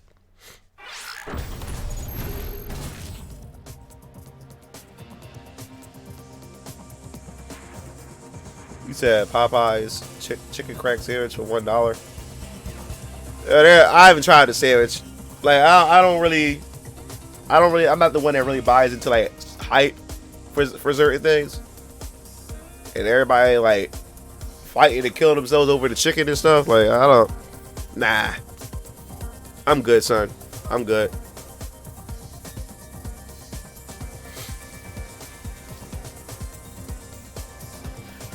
What are the chances of a new Nintendo Switch? A Nintendo Switch Pro could be possible because Whoa! I forgot what her name is. She's an infamous leaker that always been 100% correct, and game companies can never find out who her source is because her source is so damn good. She just came out on Twitter yesterday saying that it's 2020 is going to be one of the most craziest years as far as like first party titles for Nintendo Switch and third party titles. Like it's going to be so many crazy announcements, so many crazy releases next year, and she was saying like get ready for it, and she never been wrong. Whoever her source is always been on point. Yeah, Emily Rogers. Yeah, she said she's seen a prototype to a Star Fox game that Nintendo has pretty much been working on and keep working on it and keep working on it. They've been through 3 prototypes for it and stuff. But they're saying Nintendo Switch is going to have an amazing year next year. And it makes sense. They need something to be able to compete against the PS5 and the new Xbox series. Series X. Yeah. Yeah, the Chicken series is proven Boondocks. I like you understand, man, like the ignorance, man. Yeah, your wallets is gonna be hurting. On top of next gen consoles coming out, and Nintendo Switch is said to is going to have a crazy next year. 2020 gonna be crazy for Nintendo. So y'all better get your wallets ready. Yeah, I'm cooking for dinner. I'm gonna cook some fish, some broccoli, and some mashed potatoes.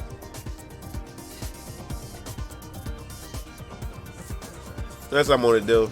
Probably my daughter I'll get my daughter, because my daughter's gonna be hanging out with her aunt. So I'm gonna give her some money while she's out, and she'll have some spending money, and they'll probably eat while they're out and stuff. So I got the house to myself until my brothers and them get home. So it's gonna just be me here. So I'm gonna like, let me see, what time is it? Let me see what time is it. Yeah, I'll probably cook around like 7 o'clock. Yeah.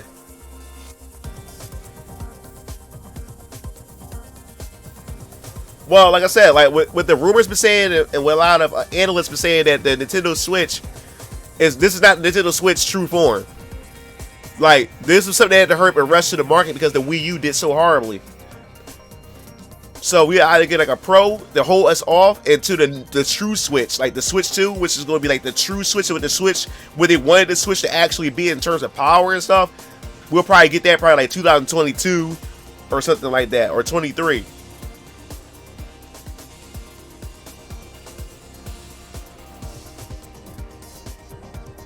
But like Splatoon 3, they have to do a major upgrade. Because Splatoon 2 it seemed like there was no difference from Splatoon 1. Well, the rumor is that there's gonna be 2 Metroid games before Metroid Prime 4. They said they remake. There's a remake to Super Metroid that's gonna be hitting the Switch. A remake from the ground up, for like how they did the Link's Awakening for Switch. They're doing a super. The rumor is that there's going to be a Super Metroid coming to Switch, and the Metroid Prime collection for Switch. Now, which one comes first? That I don't know. The trilogy could come out this year, and then the following year, Super Metroid could come out.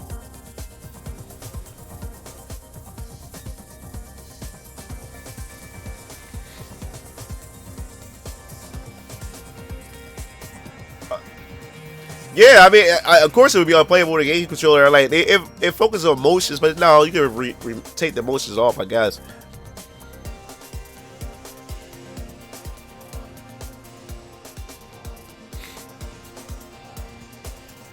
Yeah, from the ground up. Like, it's going to be like, 2.5D Super Metroid. Yeah, that rumor said it's going to be 2 Metroid games that's going to drop. That and Metroid Prime trilogy to hold us off to this Metroid Prime 4, because they had to start Metroid Prime 4 over again. So I don't think that Metroid Prime is going to drop this generation for Switch. I think it's going to drop for next gen Switch.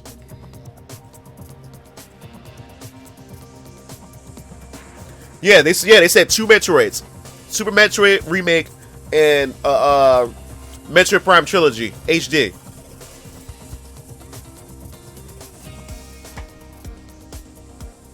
And they're gonna be each they're gonna come out, one gonna come out per year, and leading up to. Oh, what's up, Williams? I didn't see you.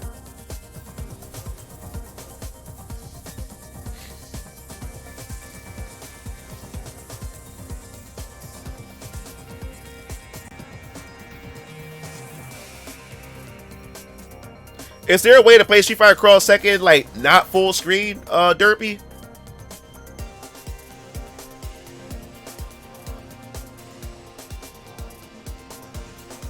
Well, I got a 128 gigabyte card for Switch, and like I said, like I don't buy a bunch of games. Well, I do have I'm lying when I say I don't buy a bunch of games, but I do. Like it don't. I still have my card and it's working.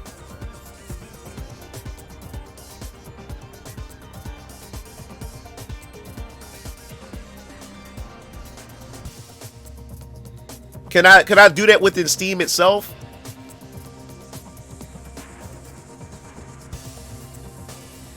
Well, if I'm going to stream Street Fighter Cross Tekken, I have to see my overlay, because it's gonna go full screen, then I can't see anything. I mean, I can't see y'all chat, and I have to go to my cell phone and go to restream with a cell phone and stuff like that.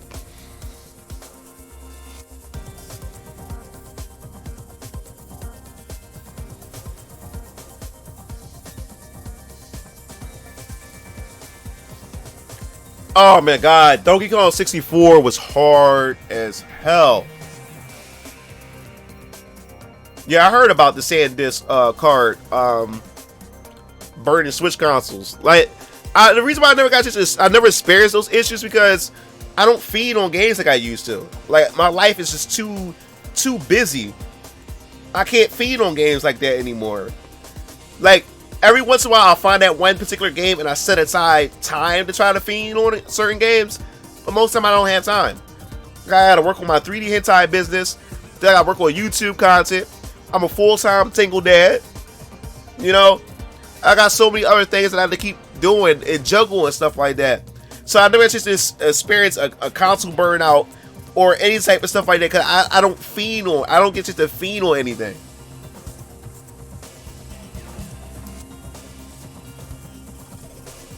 Like, I never.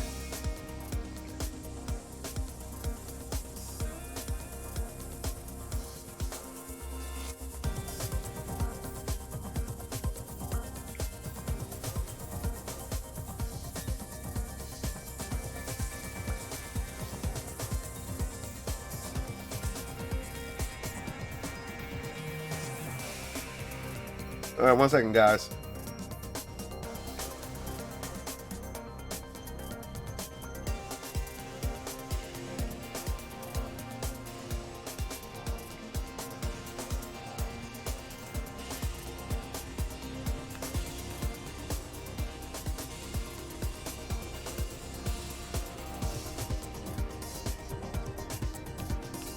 Alright.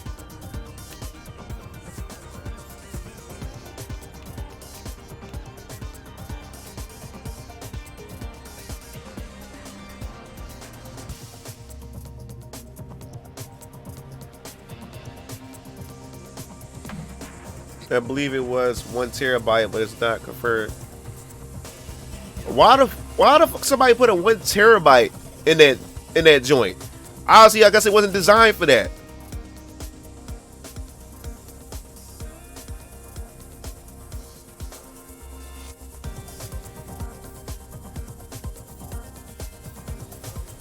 Yeah, that's the thing. Like, I would have to close out.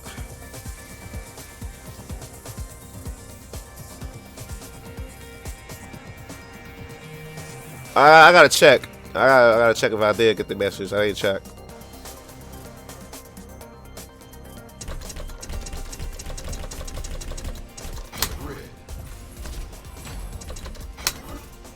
Your crib.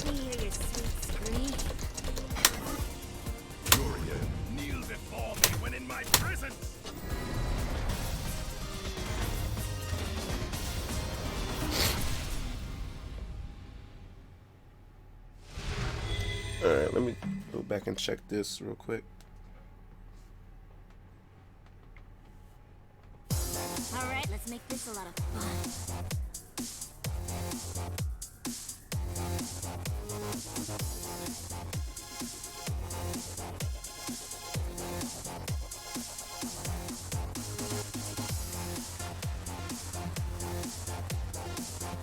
Okay, Vash.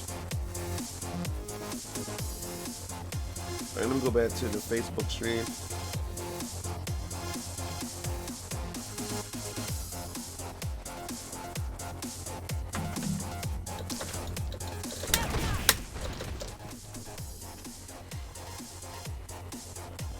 This looks old.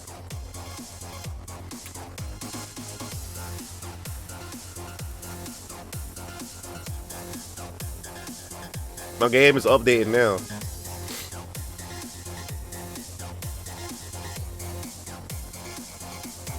Oh, okay. I mean, I would have to turn the stream off, come back, and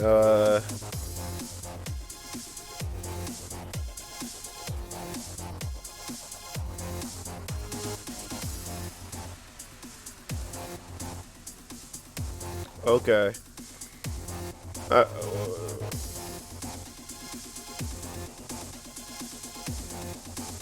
That's why I'm not online. I did a whole. It's gonna take like over half an hour to get the update. So that's why I haven't been able to play.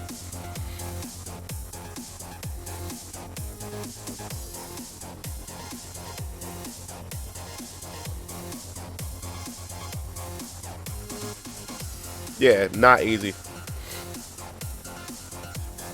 So let's see. I'm debating what I should do.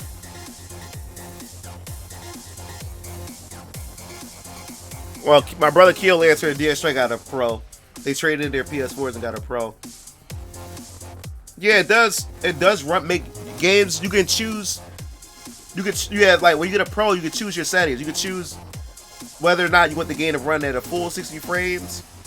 You like the performance, or you can choose quality over performance, like the visual quality. So that means the game would stay locked at its original frame rate, but would have better quality. or you keep the game locked at its original resolution, but get the 60 frames or whatever. And it's not to all games. Not all games have that, but most games have that, and they have that support for PS Pro performance and stuff.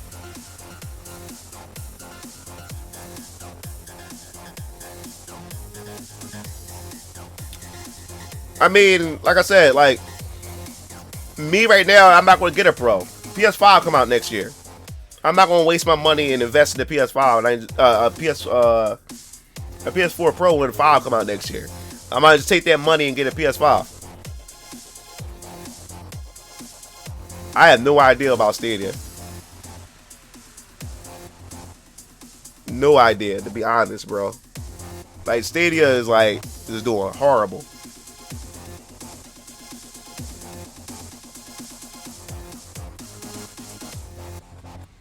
Well, you gotta beef up your PC, bro. Beef up your PC. My PC is beefed up. It's been beefed up for a minute. I just never took advantage of it. Well, if it's backwards compatible, it's still like having a PS4, and you have all this, you still have all the good settings. Think about it. You buy a PS5, so not only will you be able to play PS4 games, which is buy the PS5 is like you still have those pro features. Hopefully, but still, you have if you get a PS5, you still have to pay PS4, and you still be able to pay PS5 games. I would take that money that I was going to get a Pro for, add more to that, and just get a PS5.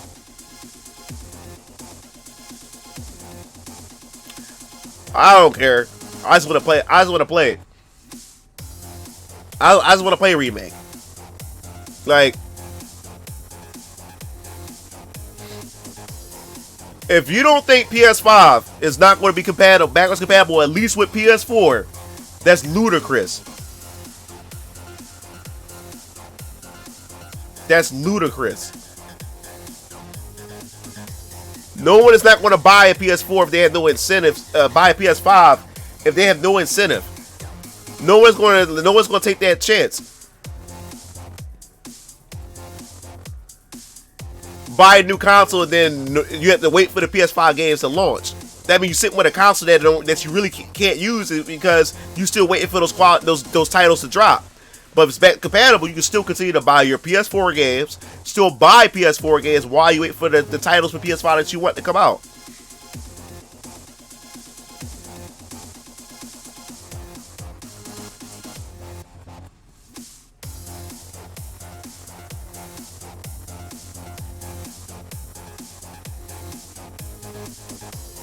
Oh, so I'm getting Cyberpunk on PC. I'm not getting it for the consoles. The consoles is gonna be a watered down experience. I'm gonna get that on the PC. That's exactly what I'm gonna do. Yeah, Danelle, exactly. Well, I have to wait for the update, Danelle. So you probably not even see me play this right now. My update gonna take a minute.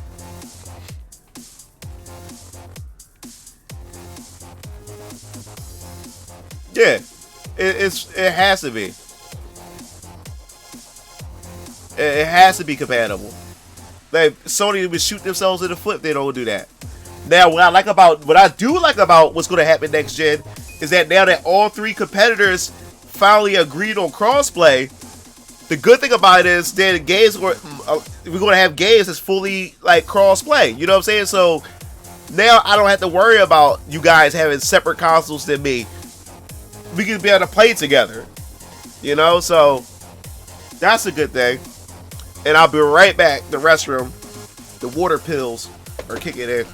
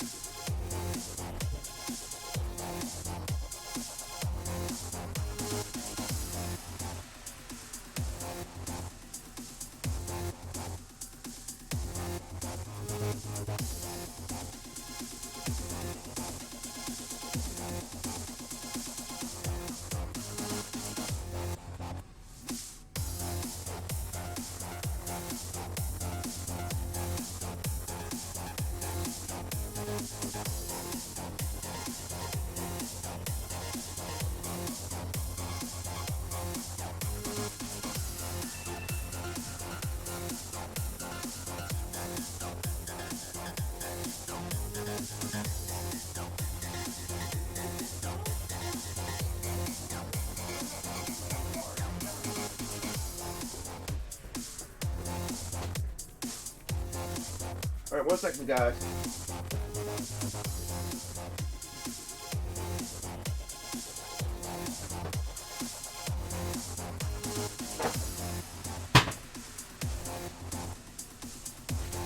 All right.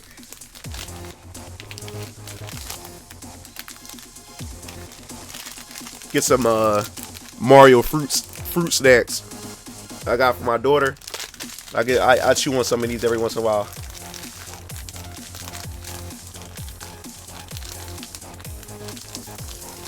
All right, take it easy, generation.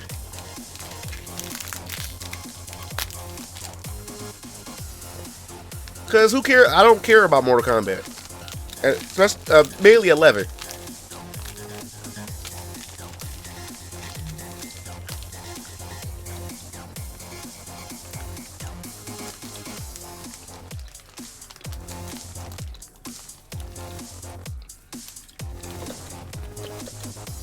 There, this update.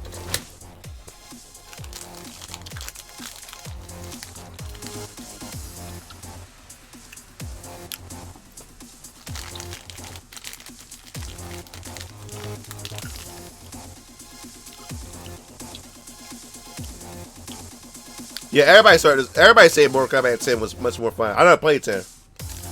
I stopped at 9.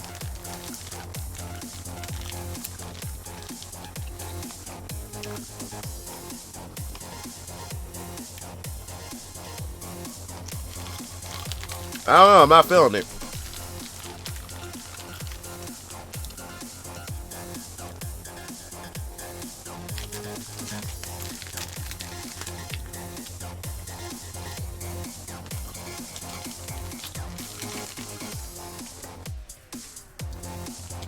Yeah, but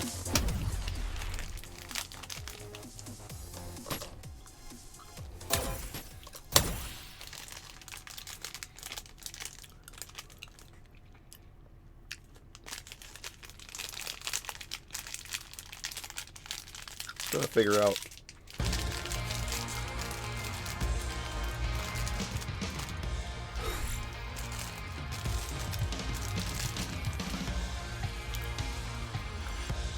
Man, I want to play some Final Fantasy. I'm playing later though. Final Fantasy 14.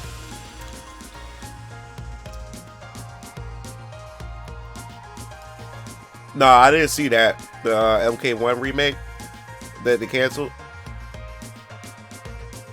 But Mortal Kombat animations were garbage. Is garbage. Period.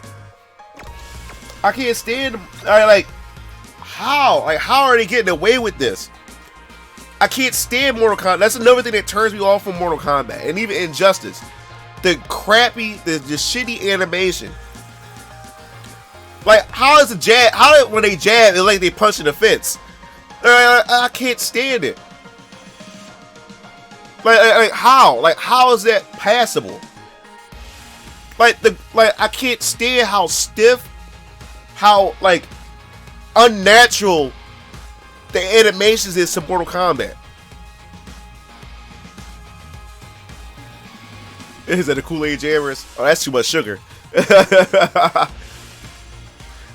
That's rocket fuel of sugar.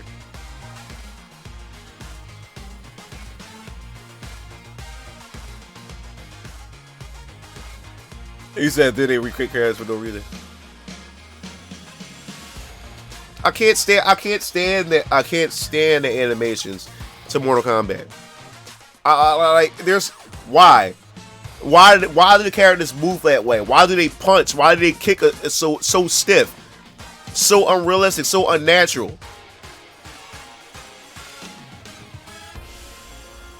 Oh yeah. SJW 11. That's what that is.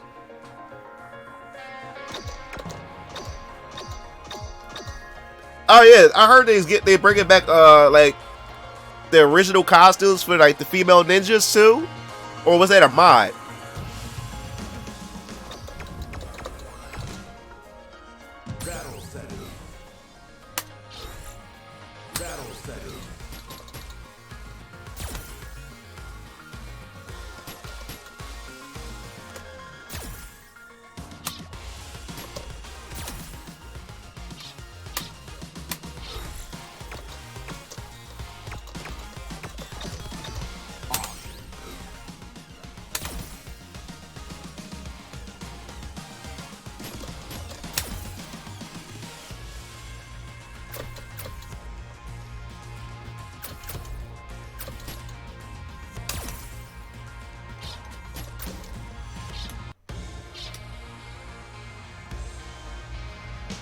Oh, original costumes are unlockable? Okay.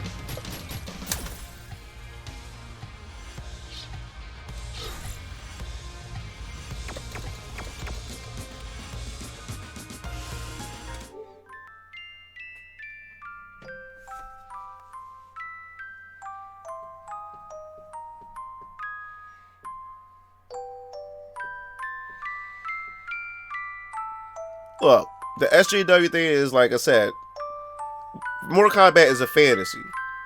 They decided to clothe all the women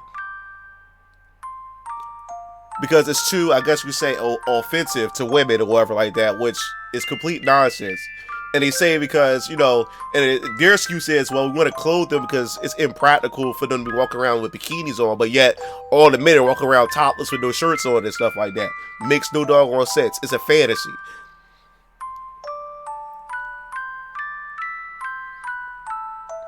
Oh yeah, of course. It's all it's not. I can't stand this whole SJW stuff. I can't. And it's like it's ruining entertainment. It's ruining all forms of entertainment for me. Like it's nonsense. It's ridiculous. And then the people that get offended by this stuff are the main people who don't go out and buy the game.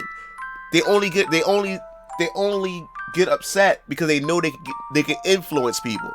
They know they know they have that type of power to make corporations and make people bend their knees and submit to them. And after they did it, mission accomplished, they move on to the next thing to bitch about.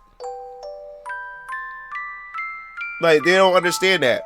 But I'll tell you one thing, Nintendo don't play that. When that person, during the stage, when you do the stage, when you create your own stage and stuff, somebody made a trans flag, and you know, trans rights and all this other kind of stuff they put on their thing.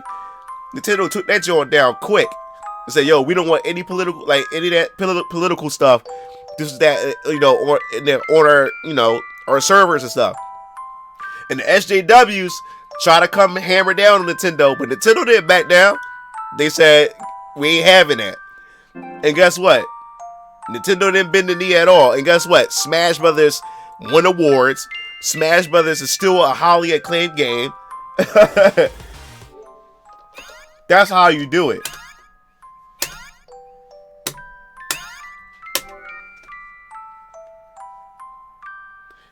He said, man rants to unfitting music.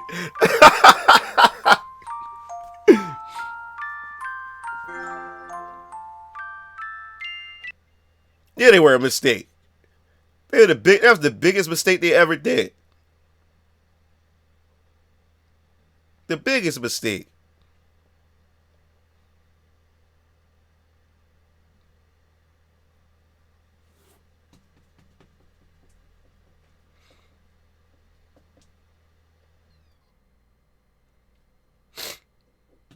Oh yeah, the only reason why Smash not getting mine is because of the whole ratings. It's going to change the rating of the game, and they didn't feel like going through that because the way how Japan had their rating system, they said they're a hassle to deal with.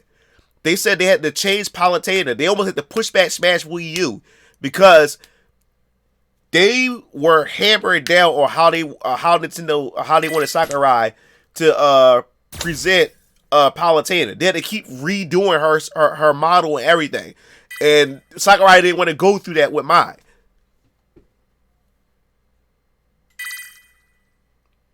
He didn't want to go through that with Mai. So he said, "Look, to stop going through that hassle for right there, for that, like, why? You know what I'm saying? Why just for her to be in the background? You know, it wasn't even worth it." They said it was a pain in the ass when it came to Zero Suit. It was a pain in the ass when it came to Palutena.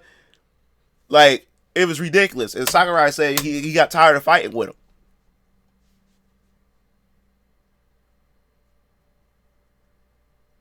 And it was going to cause delay for the game. So he's like, you know what? All right, whatever. Think about it. Yeah, think about it for a second. Like, isn't that a form of censorship? Like, y'all claim y'all, you know, you're looking out for the best interests of women, but yet you want women to look a certain way and to be clothed a certain way and stuff like that. Or if she's too curvy, it's a problem. But you have women of different shapes all over the world. So she could pretty much be skinny with a flat chest and look pretty much like a boy or a man with a short haircut, but that's acceptable. But oh, God forbid she has a nice curve, a nice bust to her. That's somehow offensive. You know how offensive that is to women who actually have a nice shape and is curvy and busty, saying that her body is offensive or is sexualized. She can't help that she has a nice curve to her. And even if you fully dress her curves are going to show through her dress and what she wears, because that's how her body is. I never understood that.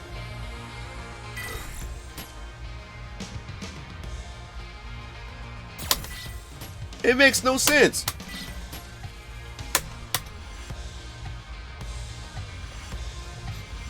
And not only that, then you have women who now feel bad for having the body that they have, or they feel bad that they are attractive. So they have to water themselves down in order to make unattractive people or people that doesn't feel confident about themselves look good. That makes no sense. Yo, what's up, Bruce? He said, why is this a debate? Doesn't make sense at all, y'all.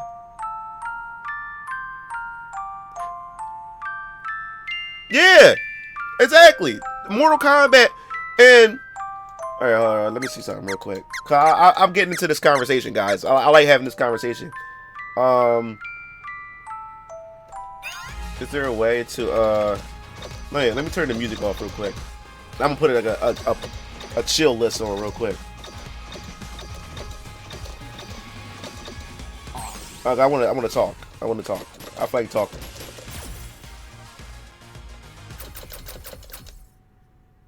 All right, let me go to my music real quick. And I hate this, man. Come on. Music. And I hope this don't desync anything. I hate that. All right. Where is it? Put my let's see what we got here. Let's put something light on, so I can talk on Dream. Where's that remix at?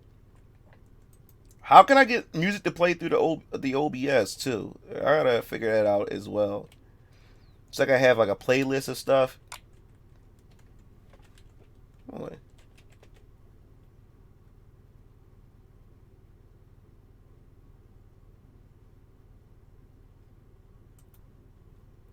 Alright, let me open that up.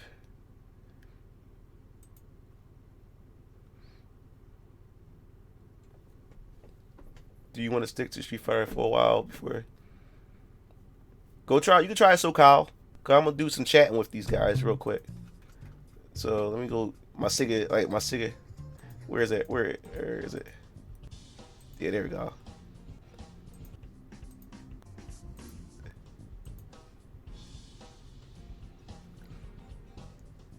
Take that back.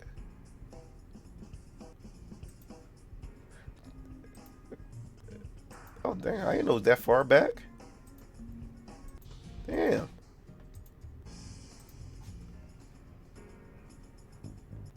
Oh no. All right, there we go.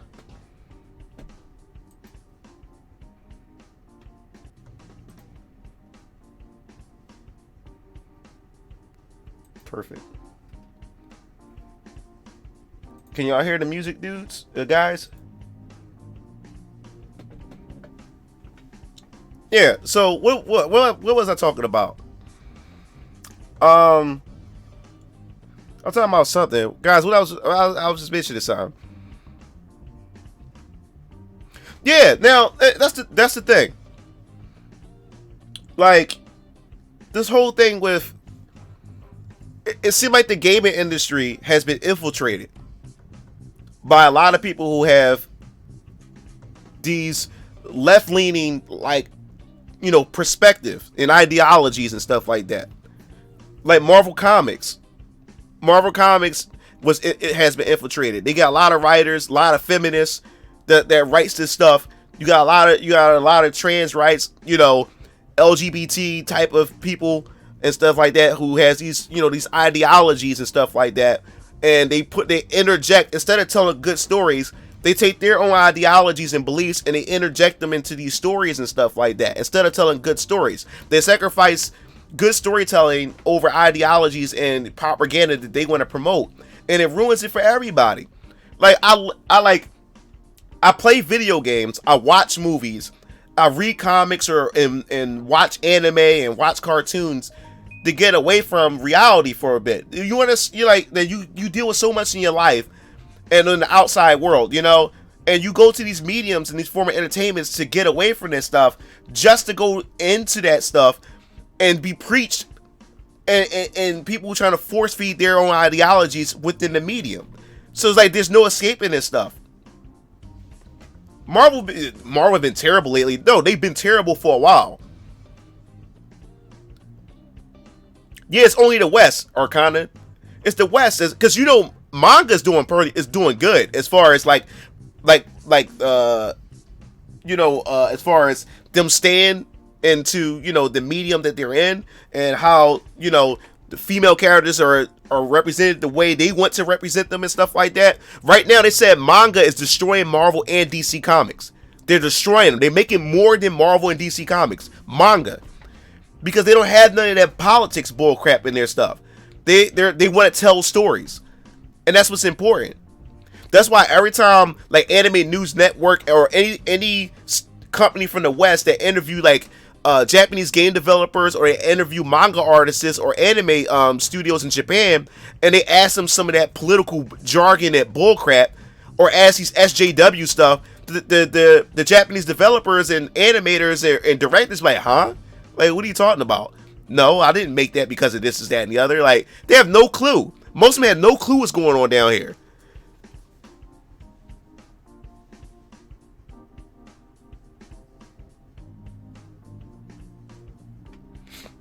Oh, really? Nice, Leroy. And this is what I don't understand about these SJWs, or these people that's like crying for representation. These companies really don't care about you. They look at your demographic and they look at you guys as profit. So they're going to pander towards you, which means they're not going to really give you true representation.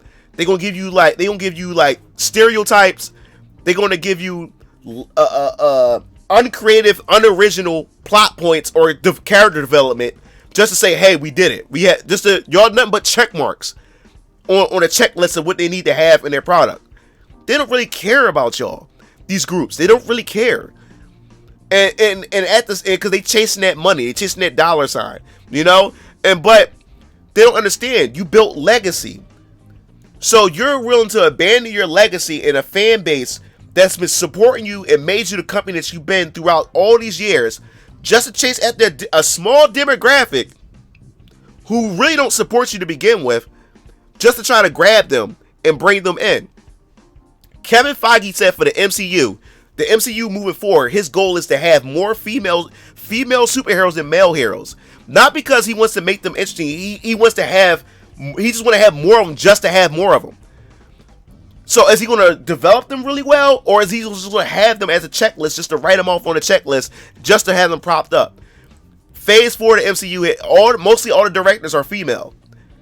And a lot of them don't even have credentials, like the backup or past projects to show that they're capable of taking on such a task as the MCU. But because they're female, and we need to have females in there, they're willing to take that risk. That's crazy. Oh yeah, X-23, yeah. Like, I don't understand. Like, there's so many awesome female characters out there who aren't just females just to be females, but have good, character development and storylines and stuff like that.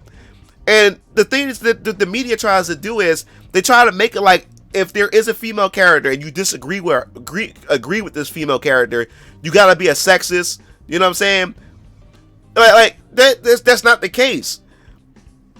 Like, dudes, like it's comic books. It's a fantasy. Dudes love Wonder Woman. Dudes love Storm. You know what I'm saying? Like, we love female characters. We love that male and female dynamic.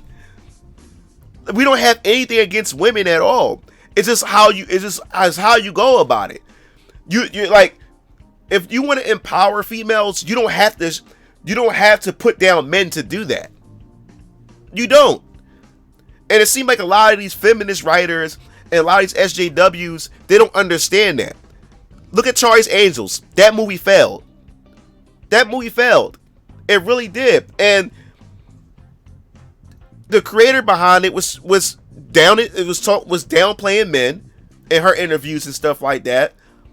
Like, how you gonna expect this movie? And she said if the movie doesn't sell well, that's because men are not ready. You know what I'm saying? To see female leading roles on the big screen, which is a lie. That is a lie. But she only said that because she know what she have is garbage, and she's already setting it up because she knows it's going to fail. So when it does fail, she can blame it on men. That's the wrong way to go about it. Birds of Prey will suck. Birds of Prey will suck, and that's going to be a feminist movie. And they let Margot Robbie, the woman who plays Harley Quinn, to produce it. Why? Why? She putting her own feminist ideology in it. And she says she purposely didn't dress the females provocative or make them sexually attractive or whatever like that. Oh my God, man. It's crazy.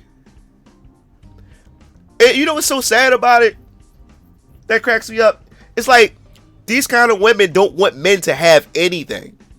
You don't want some of these men, you don't want to date them. You call them incels. You know what I'm saying? Like, you don't want anything to do with a certain group of men. And then he says, okay, you don't want to deal with me. I'm going to go to what I love the most, my hobbies. I love video games. I love comic books. I love these things. And these genres have female characters in them that are drawn a certain way to bring in that male audience and stuff like that. But these females still have characters to them and stuff like that. But now, these same women who don't want these type of guys are now simply trying to ruin their entertainment and ruin their hobbies by saying, no, they shouldn't be dressed this way. Or these 3D models shouldn't look like this. No, they should look like this. Now, like I said, in Western media, all the female characters, most of the female characters look like dudes now. Look at what's that game made by Respawn? It's one of those battle royale games. Damn, what's that? It's a shooter. What the hell is that game made by Respawn Entertainment? I can't remember the name of that game. Oh my God. Can somebody help me out here? I can't remember the name of that damn game. I got the game too. It's on PS4. What's the name of that damn game? Hold up, guys. It's on the tip of my tongue. I can't remember it. Apex Legends. It's been so long since I played the damn game.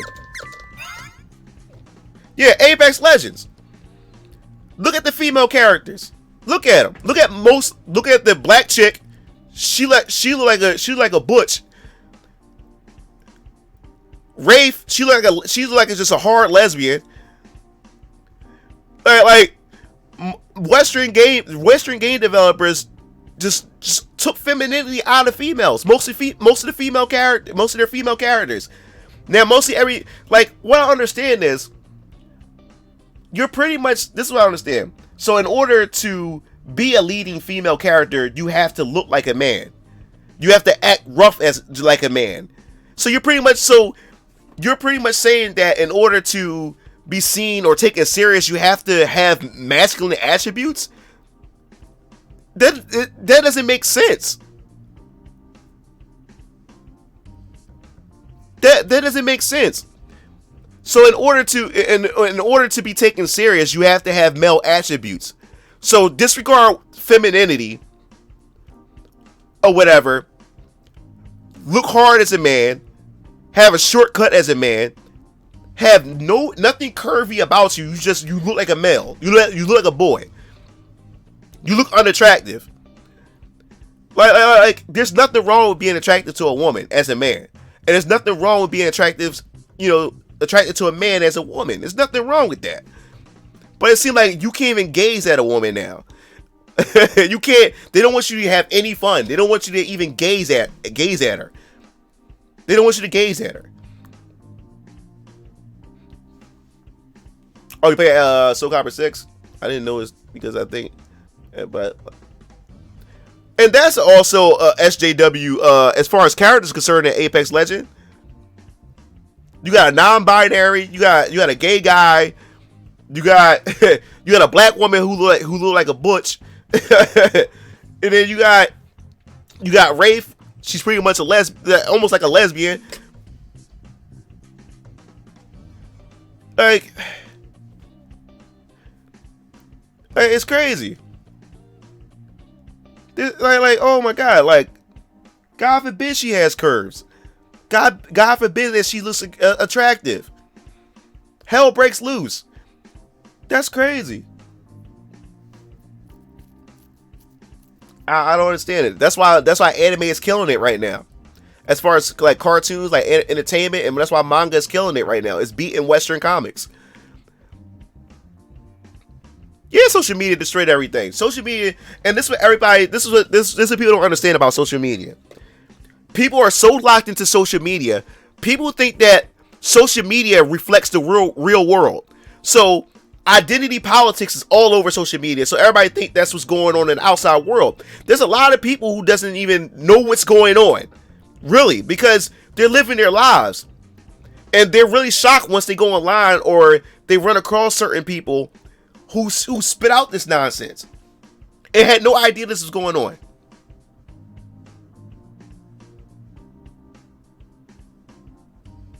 Yeah, like for instance, if you're going to have a gay character, you know? But don't make his gayness the only thing that's special about the character. You know what I'm saying? That's to make the character generic. Because they would take characters, right? And they use gayness as a shock factor. Like, oh God, like this character's gay. We didn't know that. And they advertise that. Of like that as a selling point to that character. But that character has no other layer or depth to them. They're just gay. Then like I don't like no. Like they're just gay. And then what they do is they force feed it after that. It's nothing else about the character. It's just about their gay life, their relationships and stuff like that. But nothing else to them. It's just their gayness is what that's their character. There's nothing else to them. Nothing else. It's just their sexuality. Terminator 2, yes. I love Sarah Connors. Man. She was a badass. And guess what? She wasn't a badass at day one. She had to grow into that character. And what made Sarah Connor even more powerful, it showed how powerful motherhood is. The world needed her. The future relied on her. It relied on her to give birth to a male character, but the fact is she was a mother. It took a mother. The future relied on a mother. You know what I'm saying? Like that's the best. Like what's wrong with that? There's nothing wrong with that. You know? And along the way, she had to learn how to get tough. She wasn't a badass from the start. She had to learn how to get tough because it was tough out there. It was a machine out there willing to terminate her. You know what I'm saying? That was trying to kill her, trying to stalk her down like Mr. X and Nemesis, you know? So she had no choice but to learn how to get tough, to prepare herself. So throughout those years of running and hiding from the Terminator, she learned to get tough. She wasn't tough out the door. She had to be strong. You know? And it was believable because it was believable.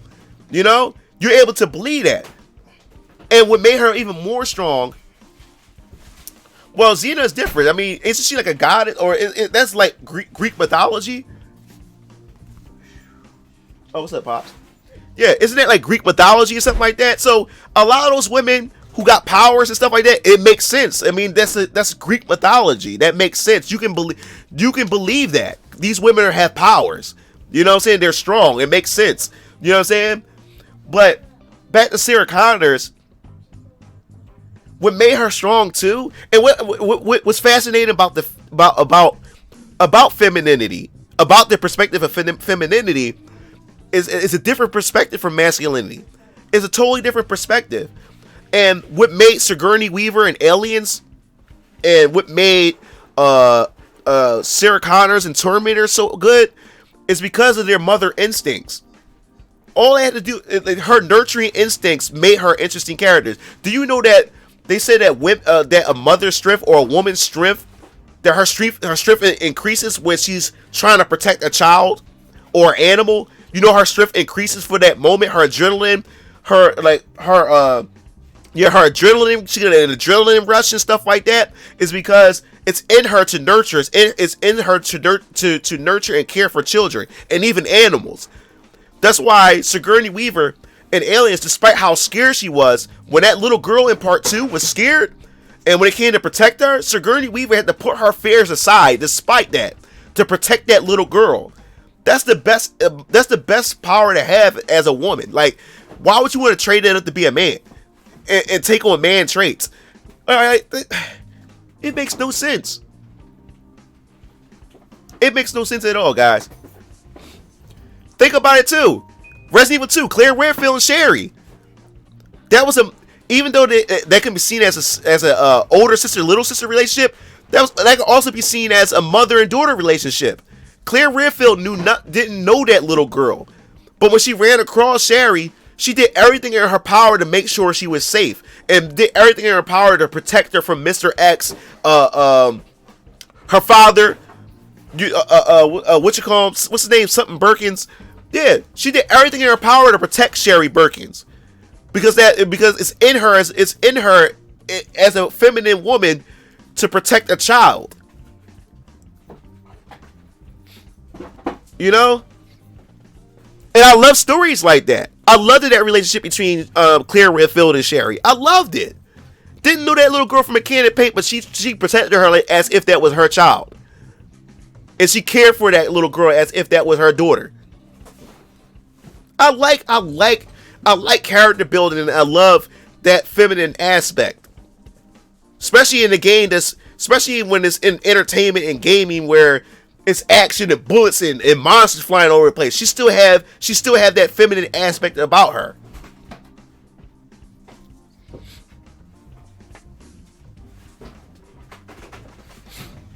But it's the thing, the SJW stuff is not making money though. Think about it. Terminator, with a Dark Fate, failed. Charlie's Angels, failed. And the list goes on. Like, people are getting tired of it. Star Wars, it's failing. Legends of Tomorrow, failing. Yeah. Legends of Tomorrow's. I'll stop watching Legends of Tomorrow. Legends of Tomorrow, I'll stop watching the CW stuff. A lot of CW shows I stopped watching because they started sacrificing story and they started putting SJW politics in the CW shows over story. Arrow seasons 1 through 3 was my favorite. Flash seasons 1 and 2 was my favorites. And then all of a sudden, think about it. They about to come out with an all female team for the CW. It's called the what's it called? It's coming out. What's the name of that group? The Canaries. And like, for instance, Oliver Queen, right? He finds out he has a son, right? Right? Now, you would figure that his son would take up the mantle of the Green Arrow, right? But then later in the future, you find out that Oliver has a daughter. So what they did was, they made Oliver pass the mantle down to his daughter and decided to make the son out of nowhere. There was no hint of it. They decided to make his son gay. Why? Like, there was no hints of it. There was nothing of it. The point that his son was going to end up being gay. But instead of passing the mantle to his son, they decided to give it to his daughter and decided to make the son gay.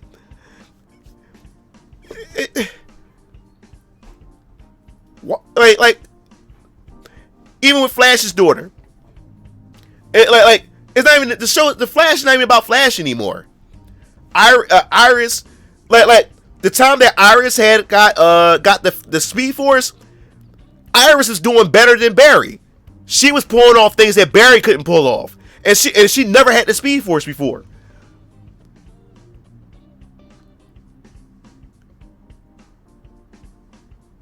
Oh my God, Birds of Prey.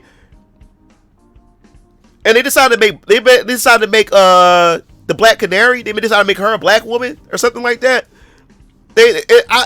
Why race swap? That's another thing I have an issue with. Race swapping. Look, I have an issue with whitewashing, and I'm a consistent guy, right? I'm consistent. I'm not a hypocrite. If I don't like whitewashing, why would I like when they blackwash or they switch the character's race up just to get SJW points? If the character's originally white, why make them black? If the character is originally black, why make him white? That doesn't make sense. Like you taking legacy characters, you trying to put a twist on it, or you want representation instead of creating a new original black character or a new original white character. You just rather race swap the characters, and that's it. And say, hey, we got a black person, or we got this person, or we got a female, or we got a gay person.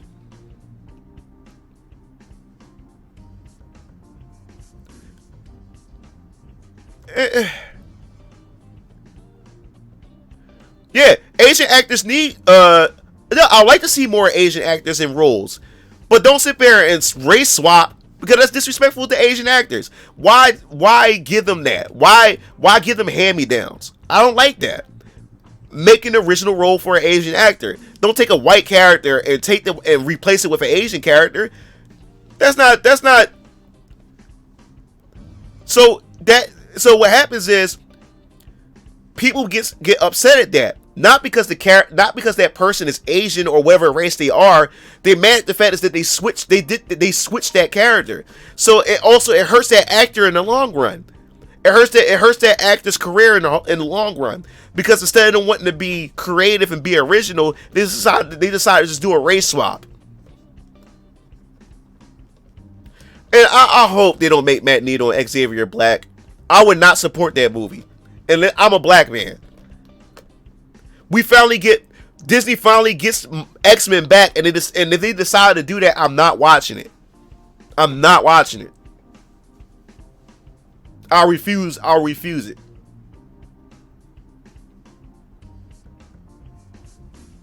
Honestly, I don't know nothing about Castlevania, so I can't speak on that.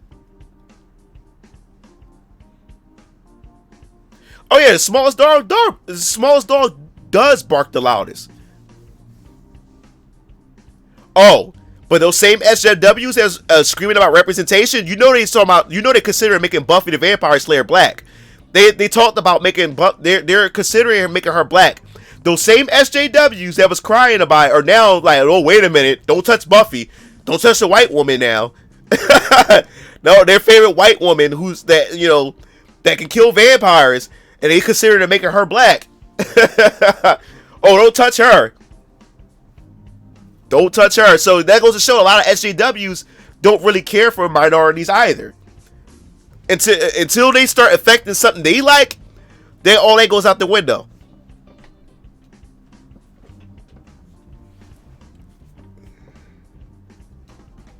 It's crazy.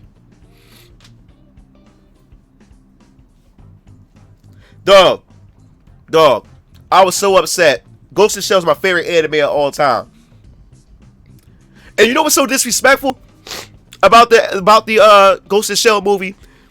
Because once they announced that Scarlett Johansson, which I can't stand that actress, like, she has no range at all in my opinion. She's Scarlett Johansson in every movie that she plays in. Like, all I see, like her, like, she can't convince me that she's portraying a character on screen. All I see is Scarlett Johansson. I can't stand her as an actress. So when they announced that she was the Major, dog, I was so upset. I said, why couldn't it be an Asian woman? And they said, well, she's an android, so she could be anything. She could be any race she wants or whatever like that. They put her brain inside of a different body, so it could be in a white woman's body. She could be anything she wants. But then, at the end of the movie, you found out that she was originally an Asian woman put inside of a white woman's body. Like, what? So why could she be Asian from the start?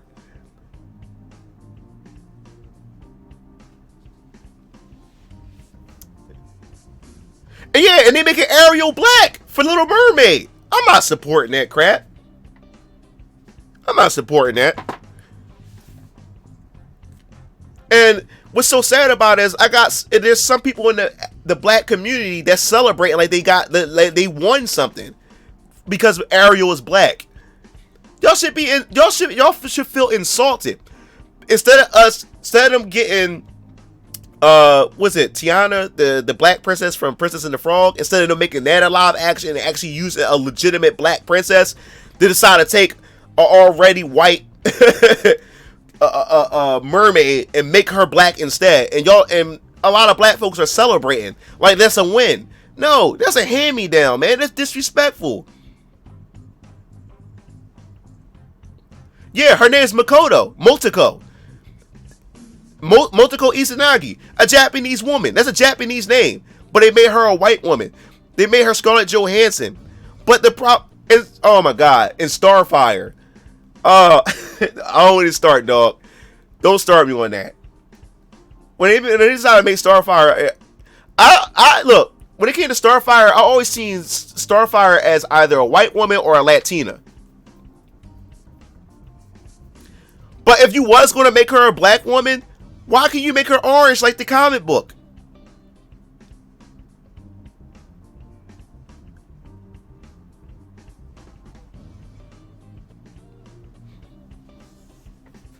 And look, and me having this discussion, people will already judge me already as a sellout because I'm a black man that's disagreeing with this stuff, or somehow I'm a racist somehow.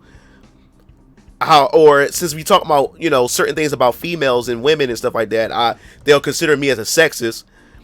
And since I'm talking about, you know, the representations, you know, and I'm talking about the, you know, that alphabet community, they can see me as a phobe. You know what I'm saying? Yeah, but this is the thing. Marvel and DC has a whole library of black characters. They have a whole library of black characters. So there's no reason to race swap anything. They just got to be creative and make those black characters interesting and update them. But they can't do. They don't want to do that because that requires creativity, and it also shows they don't really care about black folks and minorities. We just numbers. We just dollar signs. And the sad part is that these minority groups are content with this. They're like, well, you know, like, at least we getting something. That's you can't. What?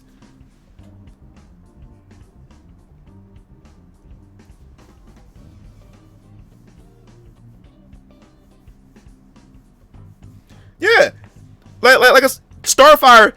If they was going to make her a black woman, she should have just been orange. Oh yeah, like you said, light skin or something like something, you know.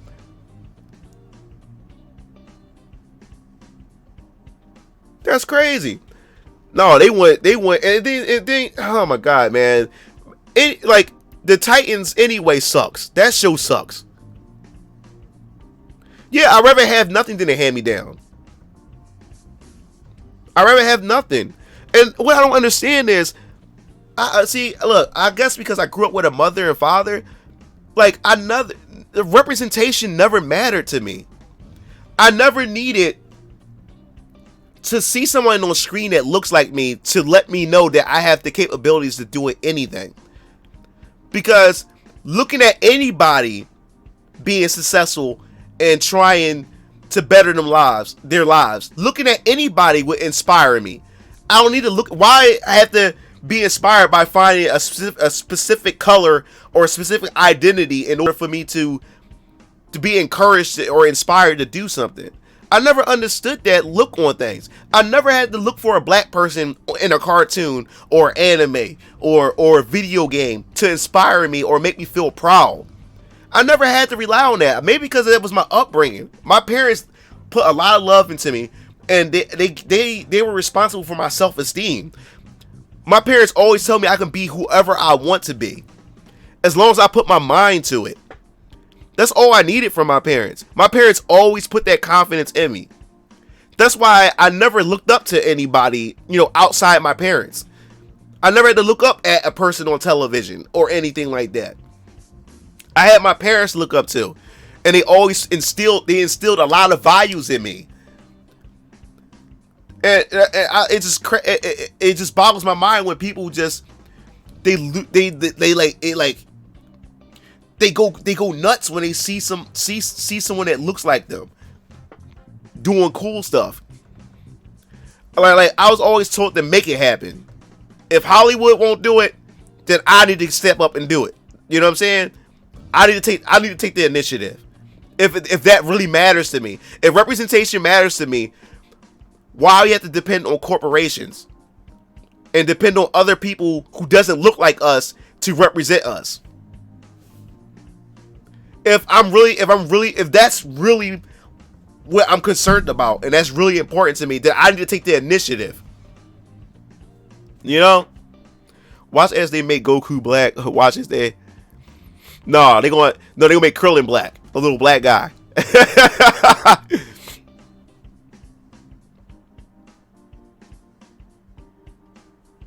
Yeah, Iron Fist doesn't need to be Asian. And the whole point of Iron Fist is a fish out of water story. It was a white guy who went into a foreign land that he's unfamiliar with. What? Because he does martial arts, he has to be Asian? Isn't that racist itself? Hey, think about it. Think about it for a second. Just sit back and think about it. They wanted my man Danny Rand to be Asian. And he was never Asian in the comic books. Now, I understand, a lot of people got tired of, white people going into like Asian land and learning the Asian man's techniques and then being better at him at his own techniques. I understand that. But in this case, it's much different. We want good stories. Like we should, I see it as this. I should be able to be inspired by any character, no matter what color or sexual preference or anything. I should be able to be inspired by their actions and what they do in their life. You know what I'm saying? Like I said, Spider-Man is one of the most relatable characters in Marvel. And he's white. His color has nothing to do with it. It's the things that he go through, the trials and the tribulations that people connect to him on a personal level. He goes through things that a teenager would go through. But it seems though when they make black characters, they only make them relatable on a black level instead of a universal level. So if you only make them relatable on a black level, anybody who's not black wouldn't be able to relate. You know what I'm saying? And there's not many black comic book readers out there either. So that's a small demographic. Now, I'm not saying that you shouldn't have characters, that thrive or originate from the black experience. I'm not saying that, because there is a place for that. But every black character shouldn't originate off the black experience. Mix it up. So what happens is, I'm already living my life as a black man, going through struggles that a black man would struggle through, living in the hood and living in the streets, going through the streets and have family members who've been through a lot of stuff and just going through things as a black man, but then gotta go read a comic book and read the same stuff that I see every day on the streets. No, I want to see a black man do amazing stuff in the comic books, not live what I live in real life. But like I said, there's nothing wrong with having those characters. But why does every black character, or when an artist or independent artists make black characters, they all have to derive from black struggle? Why? Why do all of them have to? There was a Netflix adaptation of Death Note, and they changed the last name of the main. But you see, this is the thing. There's a couple of things that why are kind of. What's up, Mugen? How are you? No, I haven't even touched the Street Fighter. I'm sitting here just chatting.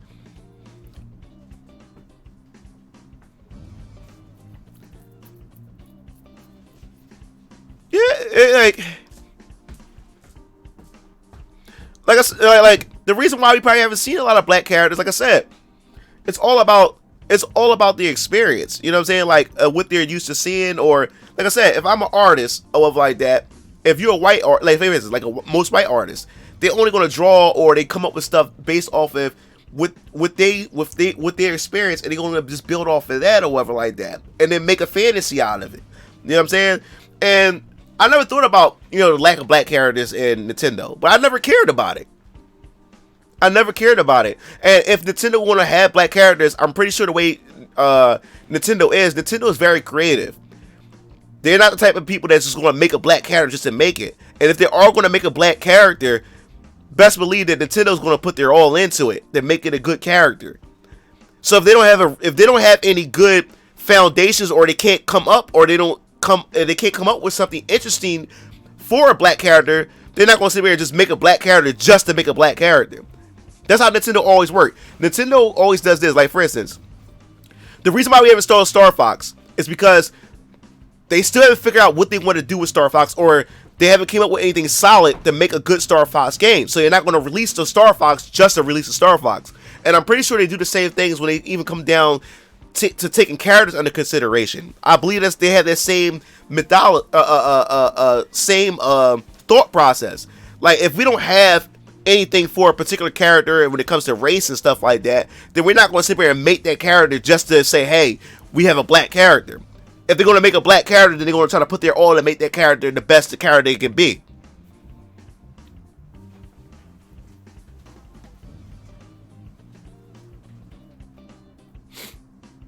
Yeah.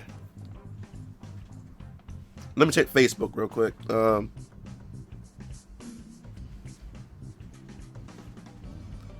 Yeah. That's why I don't understand, like, this whole need for representation. It's just it boggles my mind. Like, and Twitter is just so toxic because you got people on Twitter all day that virtue signal all day. I'm like, yo, do you got a job? What do you do? You sit there and virtue signal all day. Like, it's like you live and breathe it, like SJW issues. Like, that's all you talk about all day. Like for instance, there was a Reddit group that wanted to boycott Smash Bros. Ultimate because there was too many white male characters with blonde hair and blue eyes. These are not black people that's complaining. These are white people complaining about it.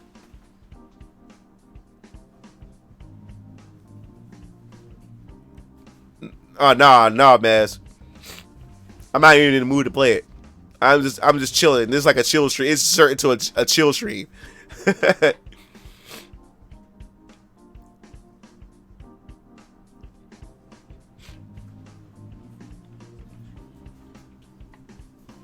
Yeah, I'm definitely going to go to. I'm definitely going to Japan in like 2022.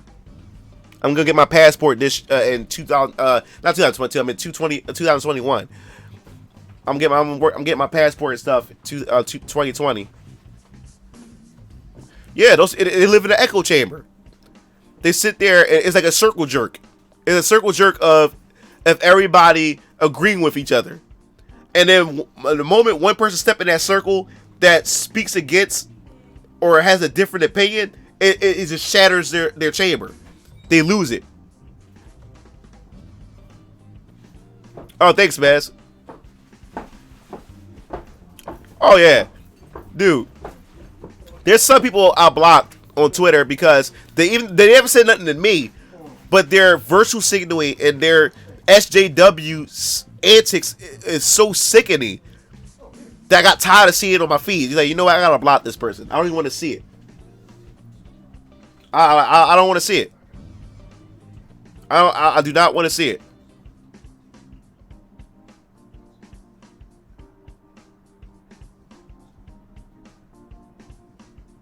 Yeah, man. Like the Asian chick that cosplay as that black chick in the new Pokemon Sword and Shield. People got offended. People got offended because she dressed as that character. And she got a tan. She didn't spray paint herself black. She got a tan. And people got upset. That's ridiculous.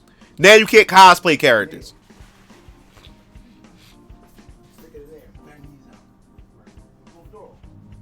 Yeah, Asian Japanese culture love black culture.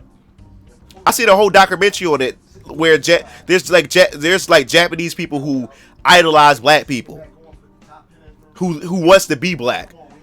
They down to the weaves, the nails, the music, everything. I seen a whole documentary on YouTube. The world loves black culture, period. Most music is dominated by black music. Everything that us as black people touch, black people are trendsetters. We're trendsetters. Like everybody wants to adopt the black culture, but don't want to live the black experience though. That's where the problem comes in. I don't mind people loving black culture. I'm not the type of person who gets offended because people love. To me, I think it's flattering.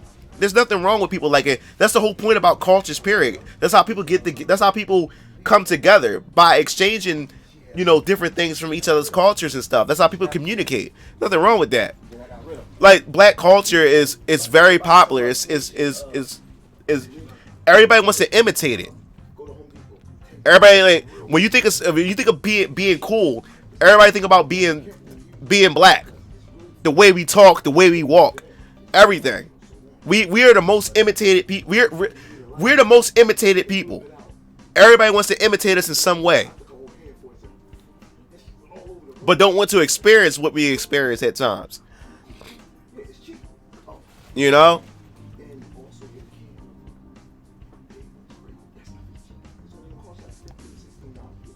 Yeah, there's a lot. Look, you got black people who want to be white. You got white people who want to be black. You got Asians who want to be black. You got black people who want to be Asian. You know what I'm saying? I look, me having a multimedia business in the studio, I run across a lot of people of different nationalities. That's why people get along with me. I get along with, I don't care what nationality you are. I don't care what your sexuality is. You know what I'm saying? If you're a good person, you're a good human being, you treat me with respect, I'm going to treat you with respect. You know?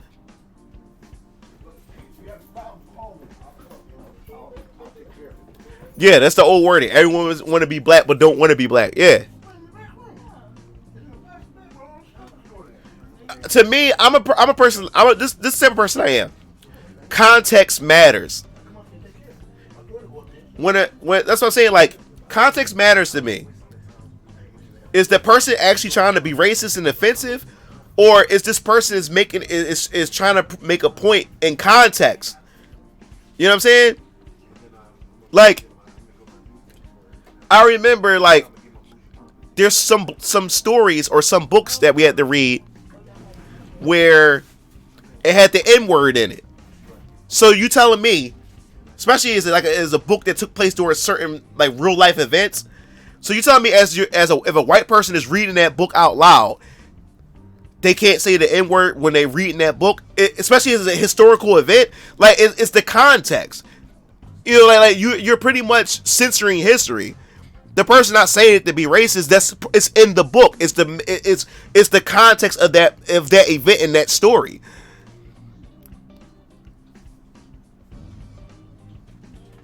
I just find it's just hypocritical.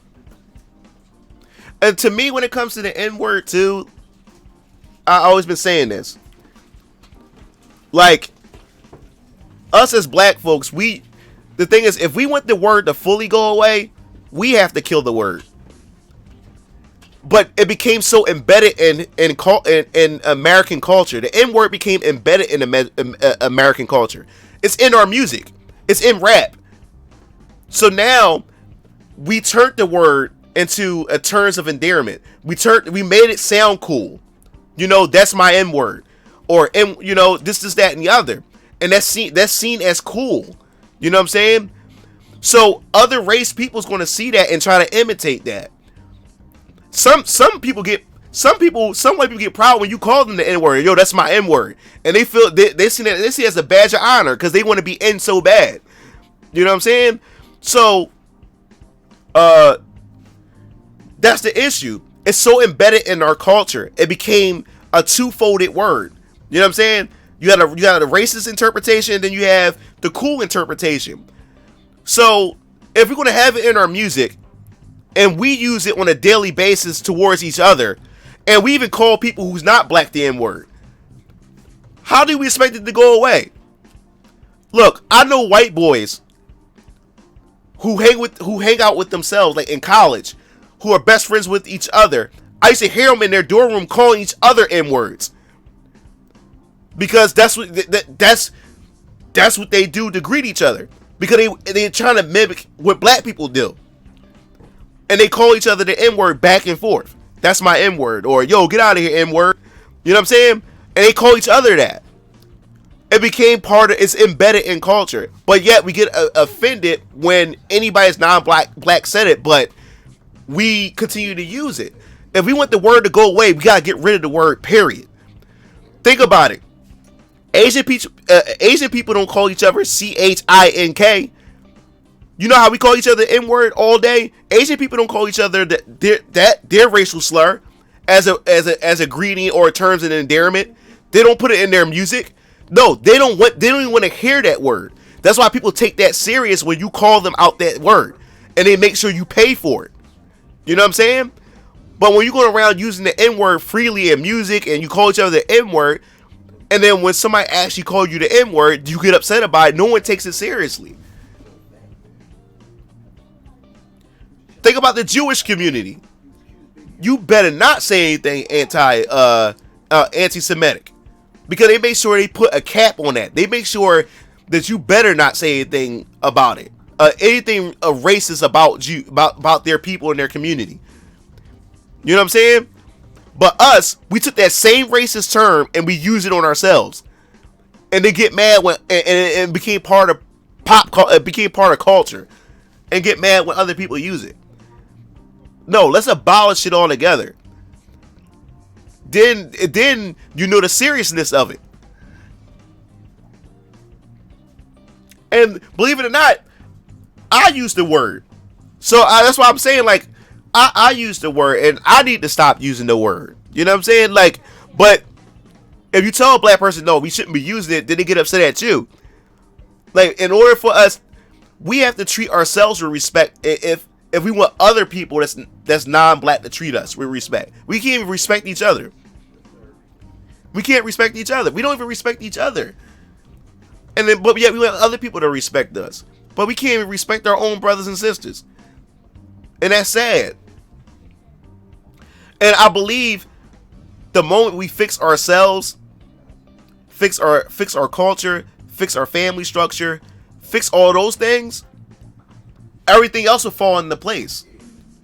Because once we have the real unity amongst each other, then we be able to stop anything. We can be able to combat a lot of things that comes our way.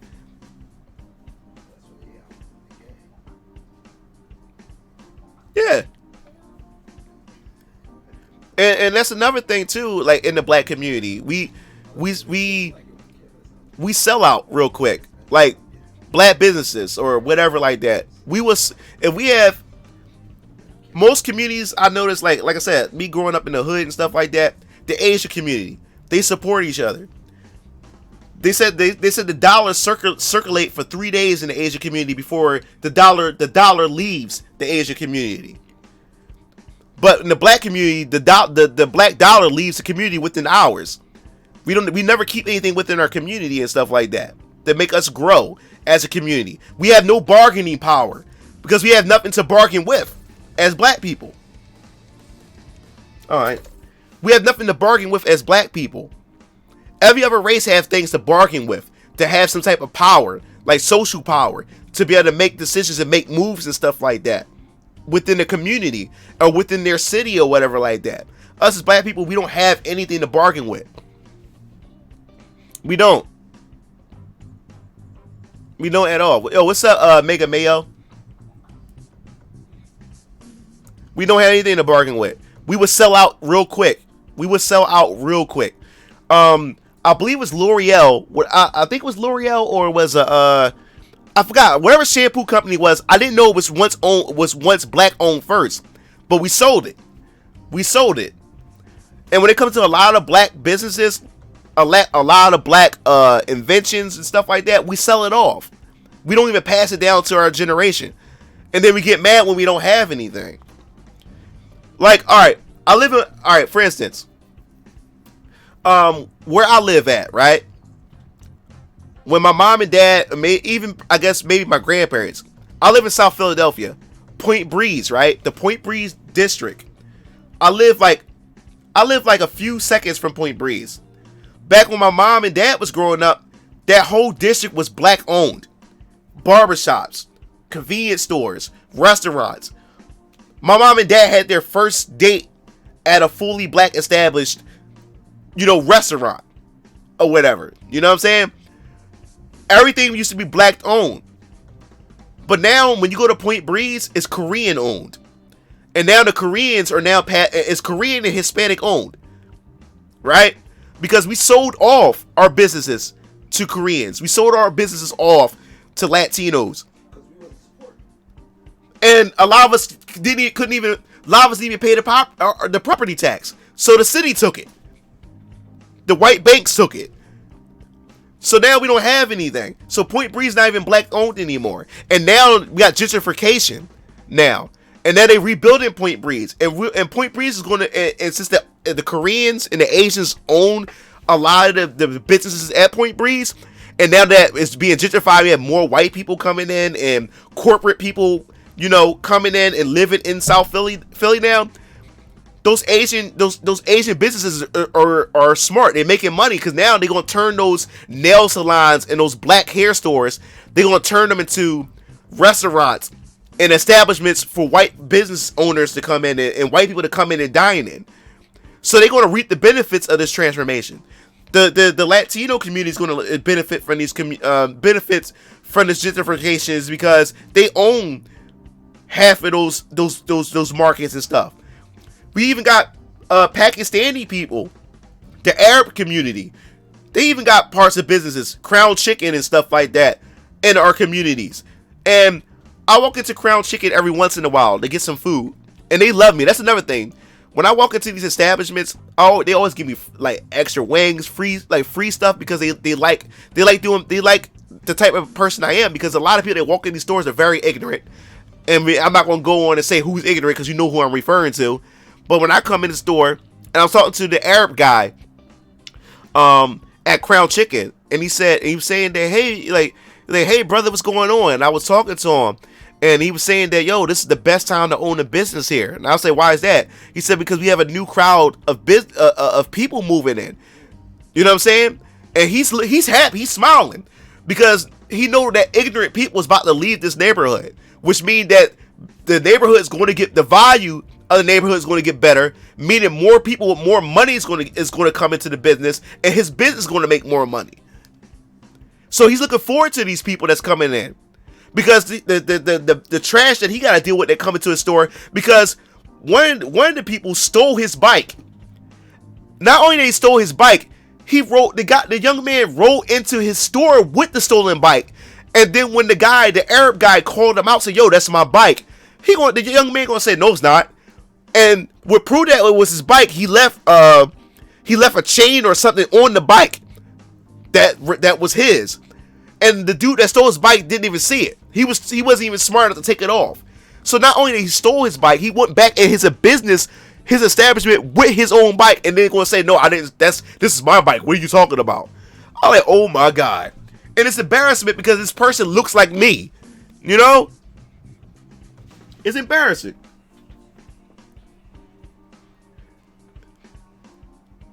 It's crazy. He said conversation changed real fast.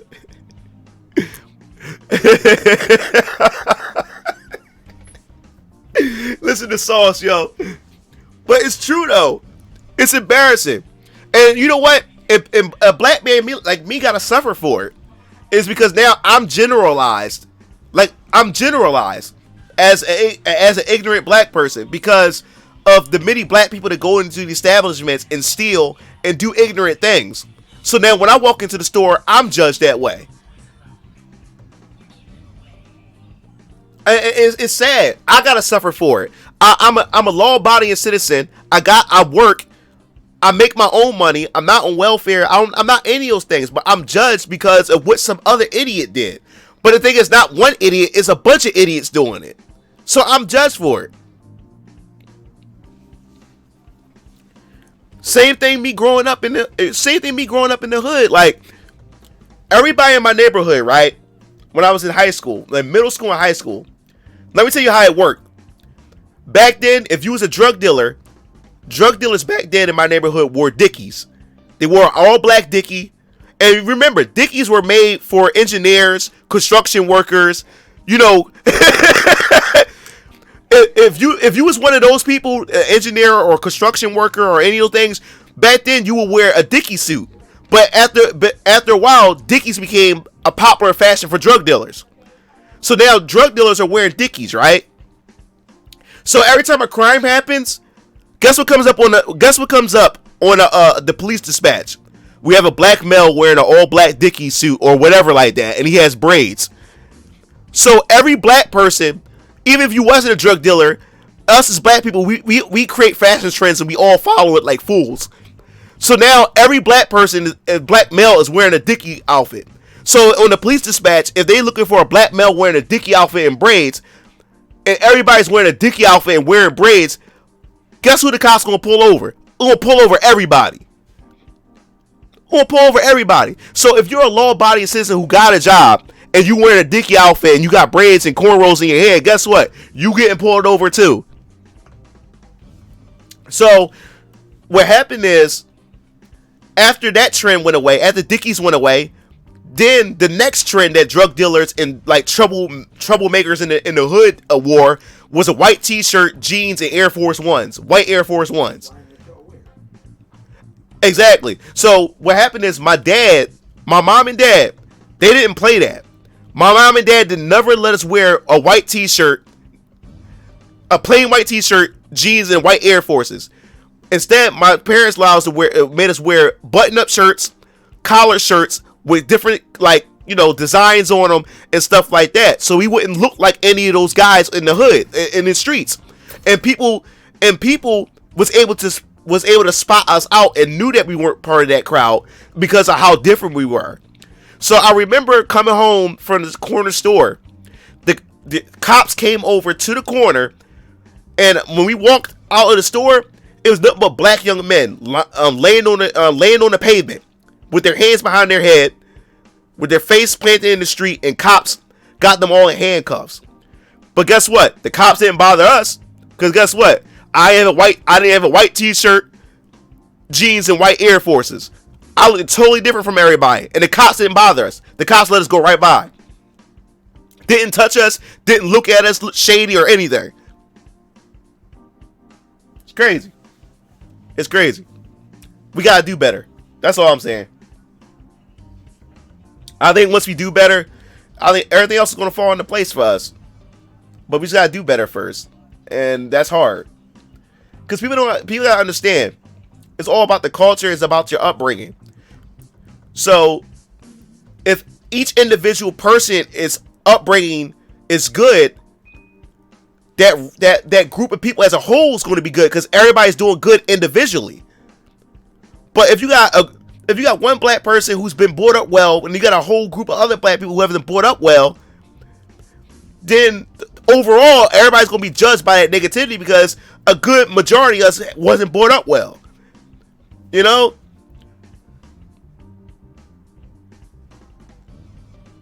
He said, yeah, this content is better than any Street Fighter content we can get.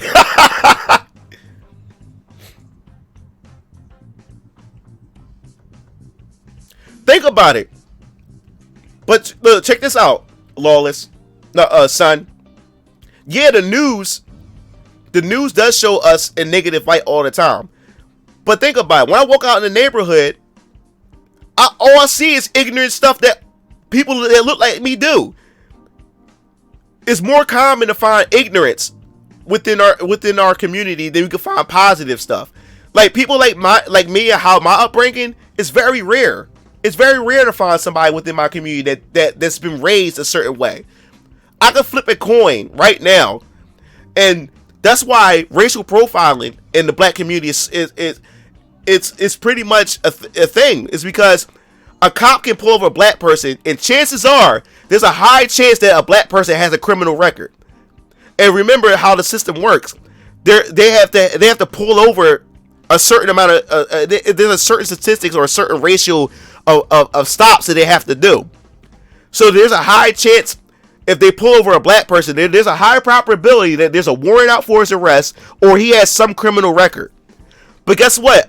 A black person like me who doesn't have a criminal record, I'm grouped in there as well. but the chances of actually pulling over someone like me is very low. But when that opportunity come over, I get pulled over, I'll suffer for it. I'll suffer for it. And it's sad. It's sad.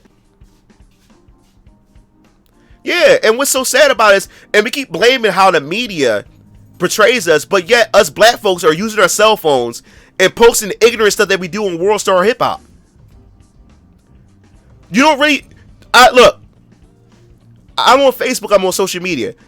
You never... It's rare that I ever catch white people doing stupid, like ignorant, like fighting each other. You know what I'm saying? It's rare that I catch it. It exists, but you don't really catch that stuff like that. But you can find everything a black person ignorance, you can find them doing. Because we will film it and we will upload it right away to get views and go viral. We at the expense of our image. That's the sad part. That's the sad part. At the expense of our image, we will put our ignorance on display for everybody to see. For everybody. And what's so sad about it too is, even when you have black people who's educated, who's different, and who's not ignorant, and they go off to be successful, and the sad part about it is they don't come back and they don't come back and put back into the community because they know, one, is not worth it. Two, because they've been teased for being a non-stereotypical black person. They don't think it's like, I'm not coming back, putting back into my community just for them to tear it down.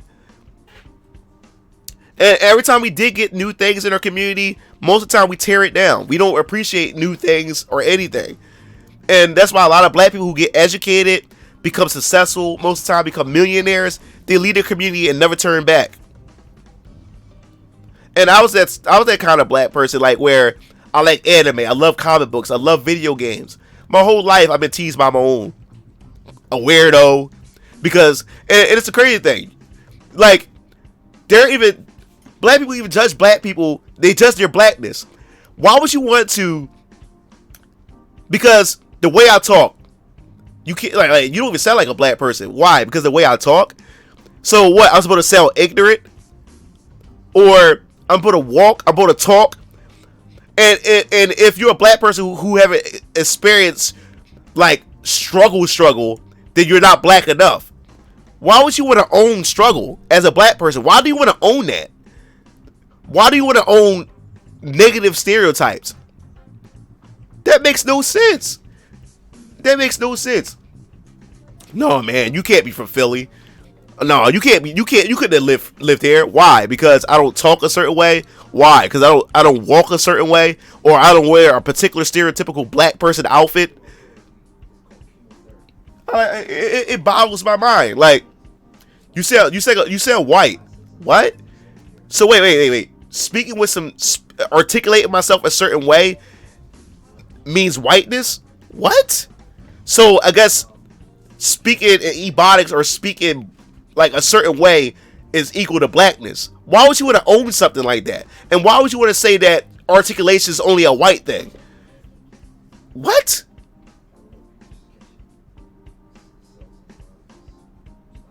See, look, Malcolm X and MLK, their ideologies were different or whatever, and the way the media and way history trying to make Malcolm X to a bad guy.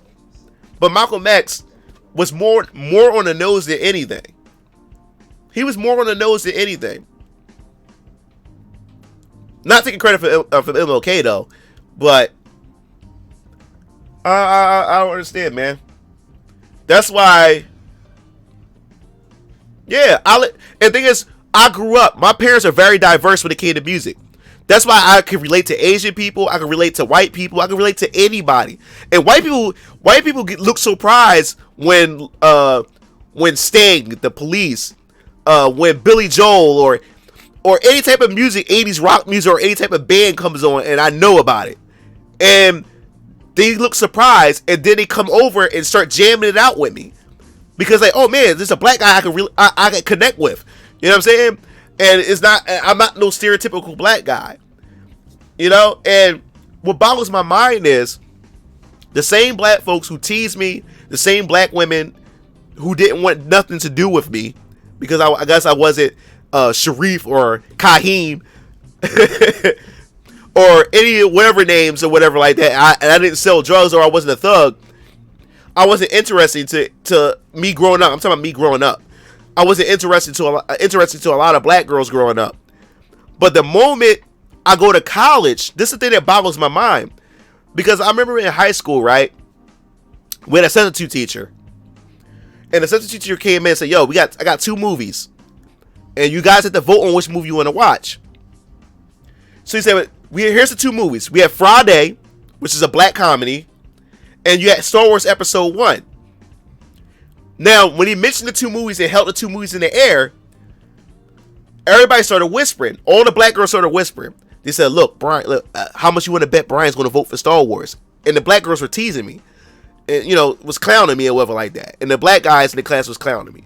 Or whatever. Because they knew the type of music, the type of stuff that I like. Now, don't get me wrong, I love Friday. Friday is funny. It's funny as hell. One of my all-time favorite black comedies. But if I had to choose what I wanted to watch, Star Wars. Star Wars is dope. I love Star Wars Episode 1 growing up. You know? And yeah, so dude, if I had to choose Friday with Chris Tucker and Ice Cube over or Star Wars with Darth Maul, one of the most epic Star Wars lightsaber fights, I'm choosing Star Wars Episode 1 over Friday. And yeah, so I voted for Star Wars. No one voted for Star Wars, but when I raised my hand, everybody in the class laughed at me. Especially all the black girls. All the black girls teased me, clowned me about it, called me a weirdo. You know? And you know, it hurt a bit. You know what I'm saying? So I wasn't desirable. You know, I wasn't liked by black girls. You know? So I didn't even get a prom date. I went to the prom by myself. A lot of girls turned me down and rejected me and stuff like that, you know? And when there was black girls who liked me, they didn't want to date me or come out and confess that they liked me, is because they was worried about what their friends said. So like, none of them see me as attractive in that sense.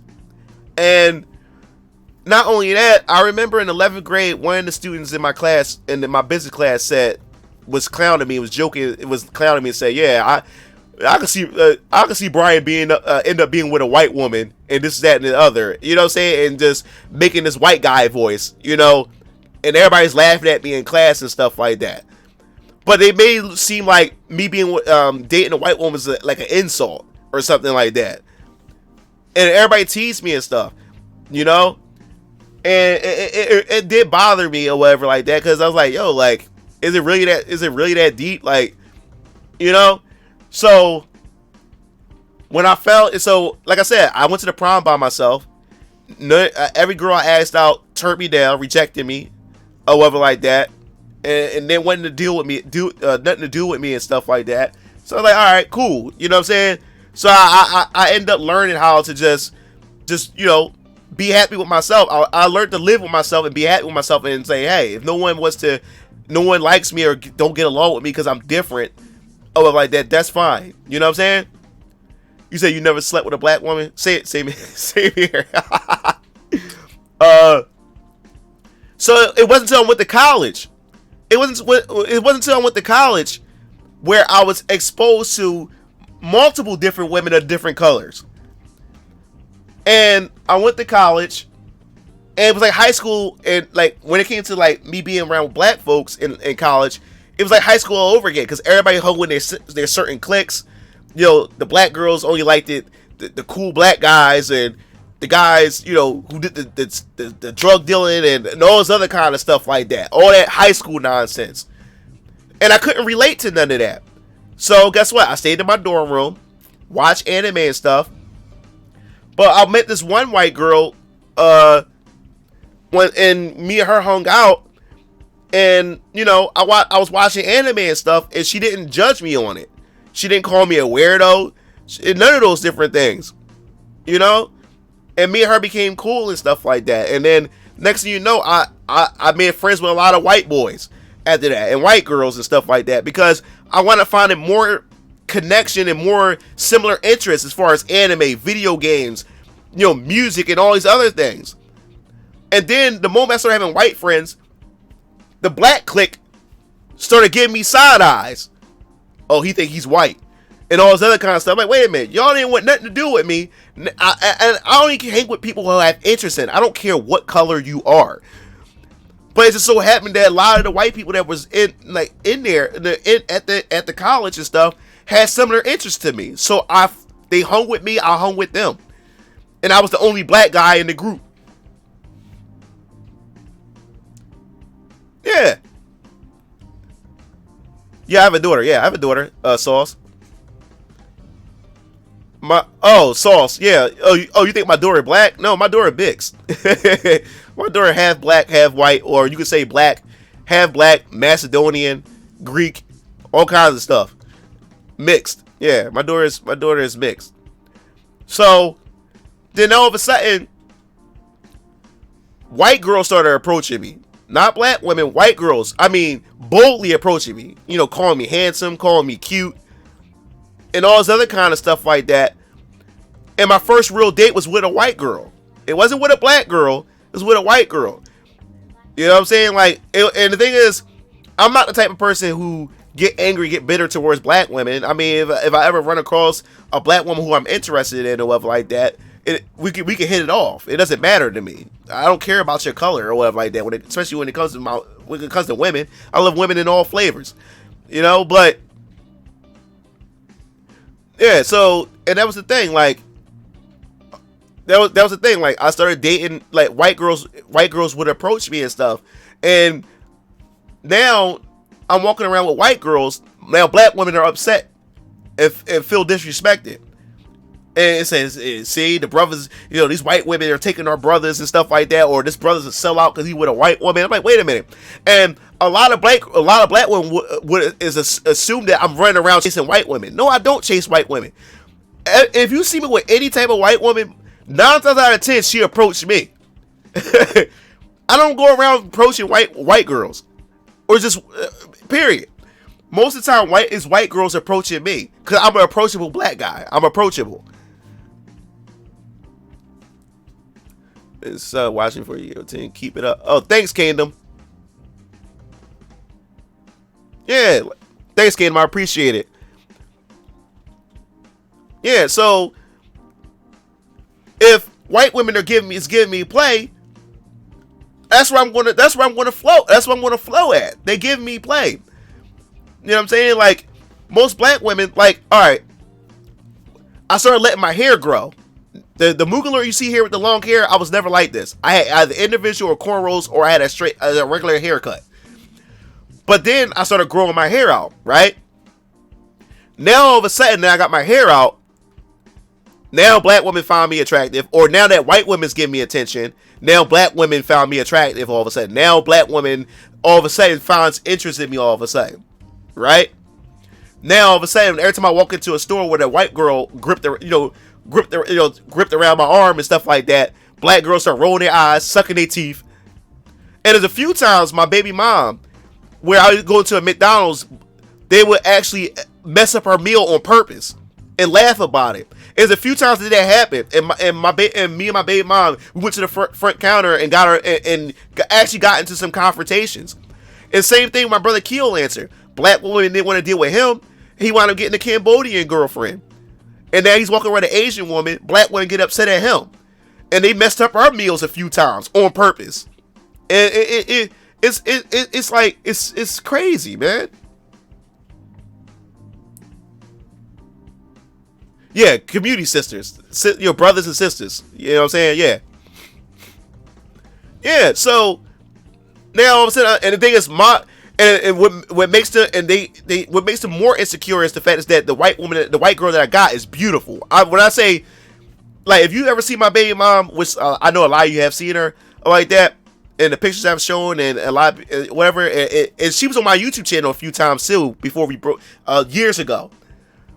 And like my baby mom is a beautiful woman, like beautiful, and her name is, of course, she's named the goddess Hera. So a lot of people even see her as like a goddess because of how beautiful she is. She's actually a succubus, in my opinion.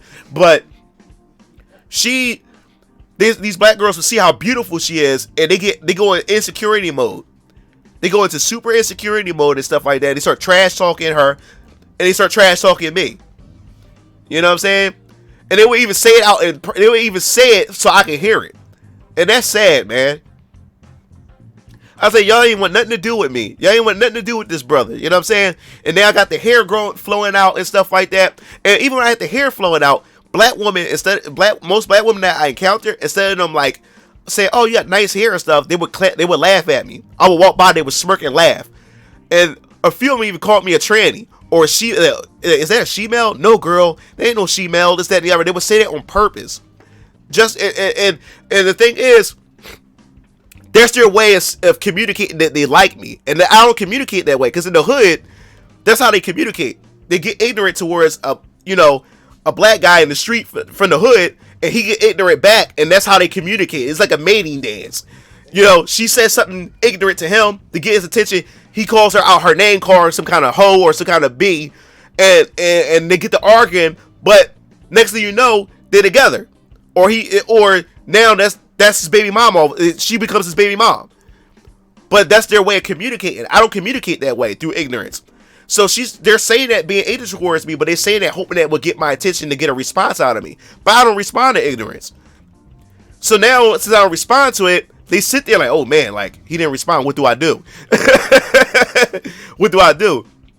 But a white girl would come to me and say, oh man, that's gorgeous. Like, you got gorgeous hair. Or we start getting the conversation going. Next thing you know, me and her connecting and clicking. And next thing you know, we going out on a date, or, you know, things happen. You know? But it's not my fault that it went that way. It ain't my fault. What are you blaming me for? That you could have got a better response if you just being mature and being honest and just stepping to me and tell me how you feel about me.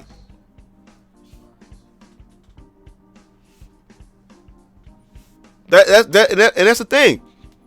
That's what I dealt with my whole life. You know, I never been with a black woman. Like, it's like I wouldn't say sexually. I did some other things, but I'm talking about like actual like sexual like intercourse and stuff like that. No, never with a black woman. Not because I don't want to, but a lot of black women rejected me or whatever like that. And so that's how it is. Yeah. Yup, she's in my old videos. My baby mom was in my old videos. So she's in my Tatsunoko versus Capcom video. She also modeled off my first Mugen TV t-shirt during the Dragon Quest. I think it was Dragon Quest. Not Dragon Quest. Dragon Claw contest. Yeah. And my brother's girlfriend was in the Tatsunoko video. The Cambodian girl, Jenny. Yeah. So, yeah, my daughter's mixed. You know? And what also cracks me up is... Yeah, I did make out with a chick... Best kisser for sure. Okay. And then another thing too is about how some black folks, I'm talking about my community, because other communities treat biracials a certain way too, but I'm just talking about my community right now. But how black folks treat biracials, you know what I'm saying? You got some black folks who want to take ownership over biracials when they do a big accomplishment. Yeah, black don't crack, or, you know, we dominate and everything. But then all of a sudden, you know, in other instances, a black man is with a white woman, has biracial children. Now all of us, they feel some type of way about that.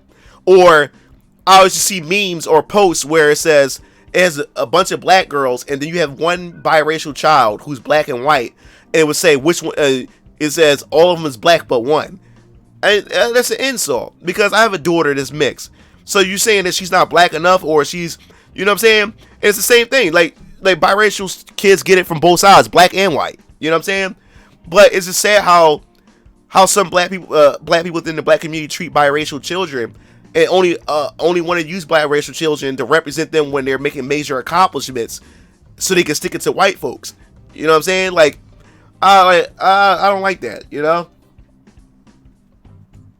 Even when it comes to movie roles or whatever, when they trying to get Zendaya to be Aaliyah, and the black community got upset. You know, she not black enough, or you know, because she's mixed.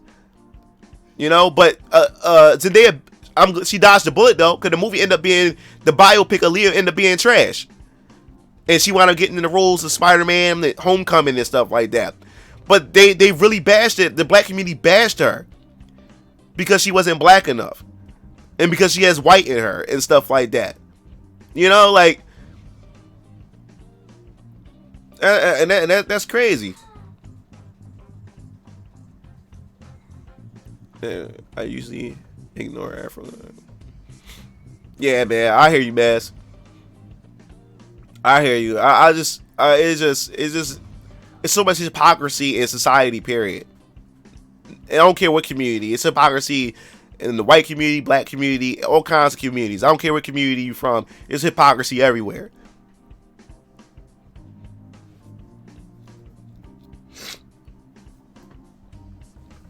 Yeah, so and that's the thing. That's where it's just sad, man. Like, I wish just people just get along and just, like, we wanted to get away from identities. I could have swore that we didn't want to be judged by our identity. We want to be judged by the content of our character. But it seemed like everybody wants to be judged and seen through the lens of identity. That don't make sense. Like, it's tribalism. It's like everybody going back to tribes, being tribes again. And it shouldn't be that way. It shouldn't be that way, man. I just met a. He said, "Is there a black meter a black meter somewhere, and I'm missing it?" If you don't struggle, if you don't have struggle, you know what I'm saying, or if you don't come from a single mother household, or you haven't hustled in the streets, or anything, any stereotypical thing as being black, then you're not black enough. Then you're not black enough. Or if your name is not Kahim or Zaire or or Zafiq, if you don't got any of those type of names either. My name is Brian. I guess that's the whitest name I guess you can be for a black guy. And I ain't gonna lie, that's kind of funny, is because when I did my girlfriend, not my baby mom, because after my baby mom broke up, I went back to college to get my college degree. I ended up dating a white girl up there, and she introduced me to her friends, and it got quiet because all the white girls. She kept saying, you know, telling that, yeah, my boyfriend name is Brian. She kept saying Brian this, Brian that, but they never saw me yet. That's why they were surprised when they saw me. They seen that I was black because they never heard of I never met a black Brian before. And it was just so funny because they said, wait, they're like, oh wow, oh, he's black.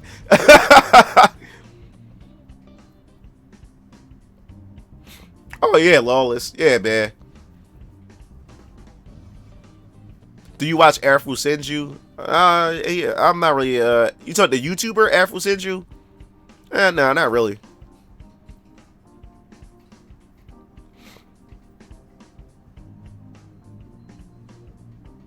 Yeah, I know DMX name is Earl. I didn't know Scarface name was Brad. I didn't know that. Yeah, and you ain't never heard that from Brad. Yeah, I never knew that. Yeah. Oh yeah, most definitely, Arcana. I definitely agree. Definitely agree with that.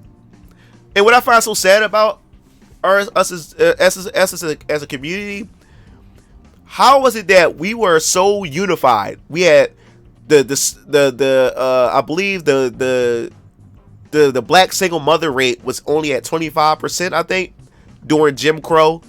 How was it during Jim Crow, where there was so much discrimination against us, lynchings of us? We were the most employed. We had the most unified family structure, and we had so many black businesses, and we were so well kept together during the most time of struggle. And now we're in 2019, and the black single motherhood rate percentage is at 80. I think it's 80 or 85%. That is crazy. We're the most unemployed. All these crazy things. How? Like how? And we don't even have any businesses, really. But yet, during Jim Crow, where we was the most discriminated against, we had everything together. And we live in 2019, where technology and everything and information is so much available to us that we can pretty much do anything we want. But yet we don't do nothing. Very few of us do. That's what bothers me, man.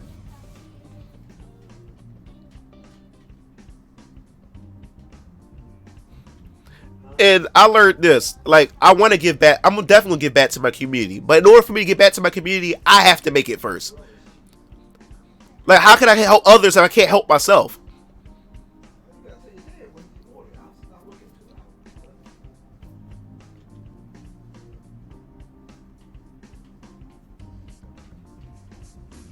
Yeah, it's like we go back in time. Like, you say, oh, your name is Patrick? See?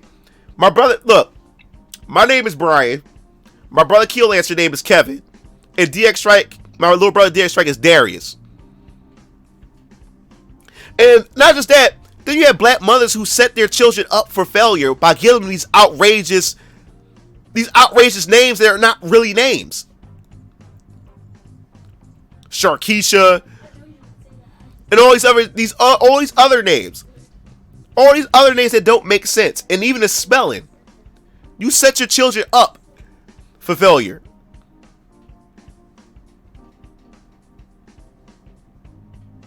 And you know what's also sad too?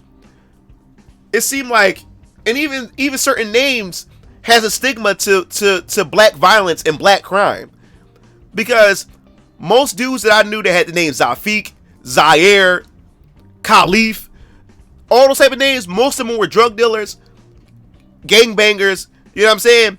Or they done some type of violent crime or been in jail. So when you put a name like that on a job application, and it's wrong to judge people based on their names and color and stuff, the first thing they're gonna see in the name, they're gonna associate it with crime and stuff like that.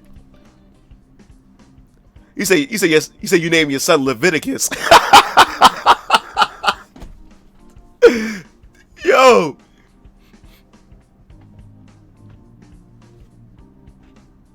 Oh, I didn't know that, Vash. That's neat.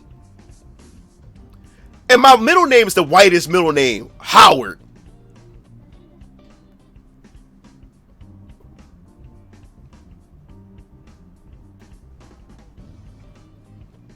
And then another thing too I don't understand is we talk about how the education system sucks and how it's rigged against us, and how the SATs and how these standardized tests is rigged against us as black folks. But yet you have Asian people who don't know nothing about American culture and stuff. They will come here and take the same exact test that we take, and they're not part of our culture. They're not a part of American culture because they immigrated here and aced the test.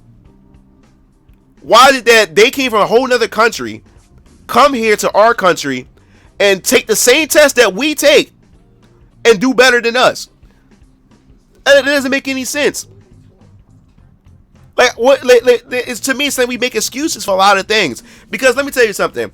I remember back in high school, we had the standardized test coming, and I remember this.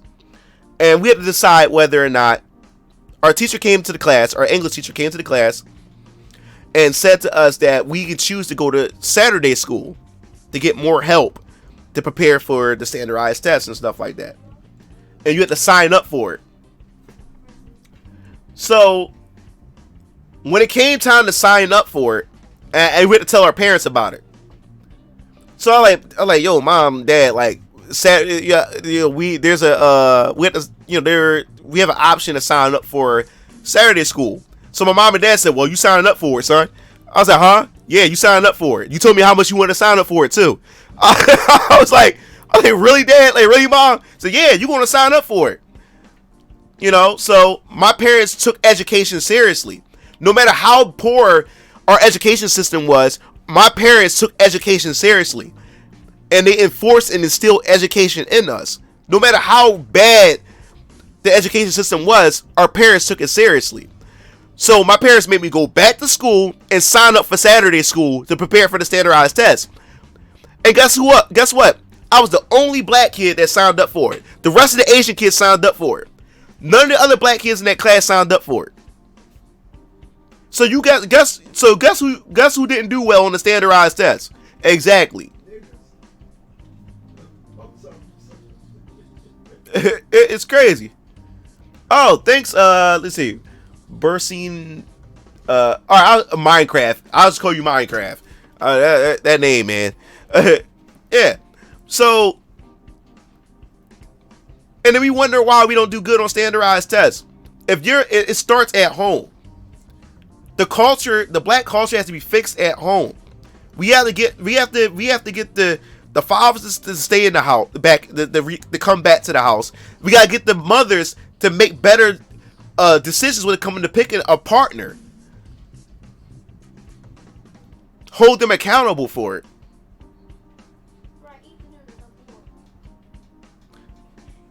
Oh, okay. All right, Minecraft. And we have to get that right, because all throughout my school, my school career, my parents took my education seriously, and the teachers loved my parents because they knew if there was an issue or if they needed to talk with my parents about anything, they knew that my parents were involved in my life and in my education, compared to the rest of the black kids in the class who parents never came to the class when their kids was acting up. If they didn't do homework, the parents didn't show up to any of the meetings.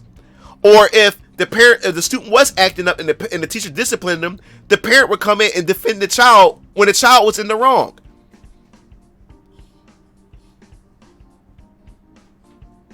Okay, Minecraft. It's crazy. It's crazy.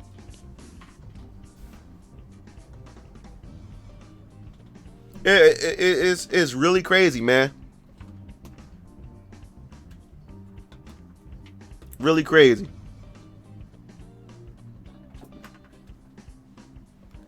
First name is French, and okay. Yeah, man. People don't understand that names are important. How you name your kids actually seals the fate of your kid's future. It really does. I don't care what country you go to. Your name seals that child's. Naming your child seals their fate. You don't name them outlandish names. Don't give them these super ghetto names.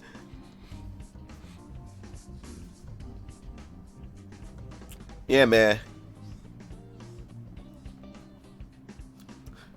But yeah, guys, I'm going to wrap this up. I'm getting hungry. I'm getting lightheaded. I only had one slice of pizza today, so I'm sitting on an empty stomach.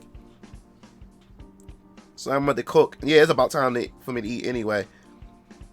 I'm glad you guys enjoyed this talk and everything.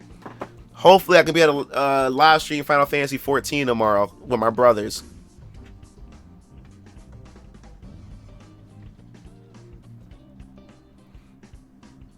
Yeah, good talk, guys. I really enjoyed this conversation. I really enjoyed this with you guys.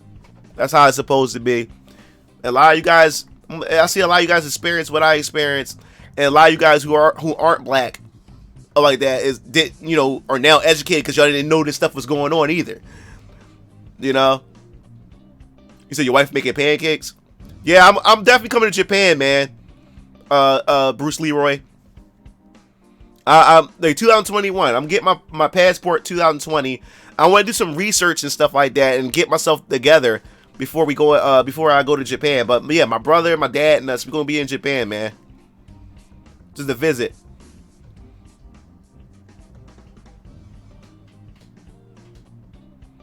Good talk, guys. I love having real talk with you guys. So I'm streaming tomorrow. I'm streaming Final Fantasy 14 tomorrow. Okay. So hopefully you guys step through on that. So I'll see you guys tomorrow. See you Game Fiends later.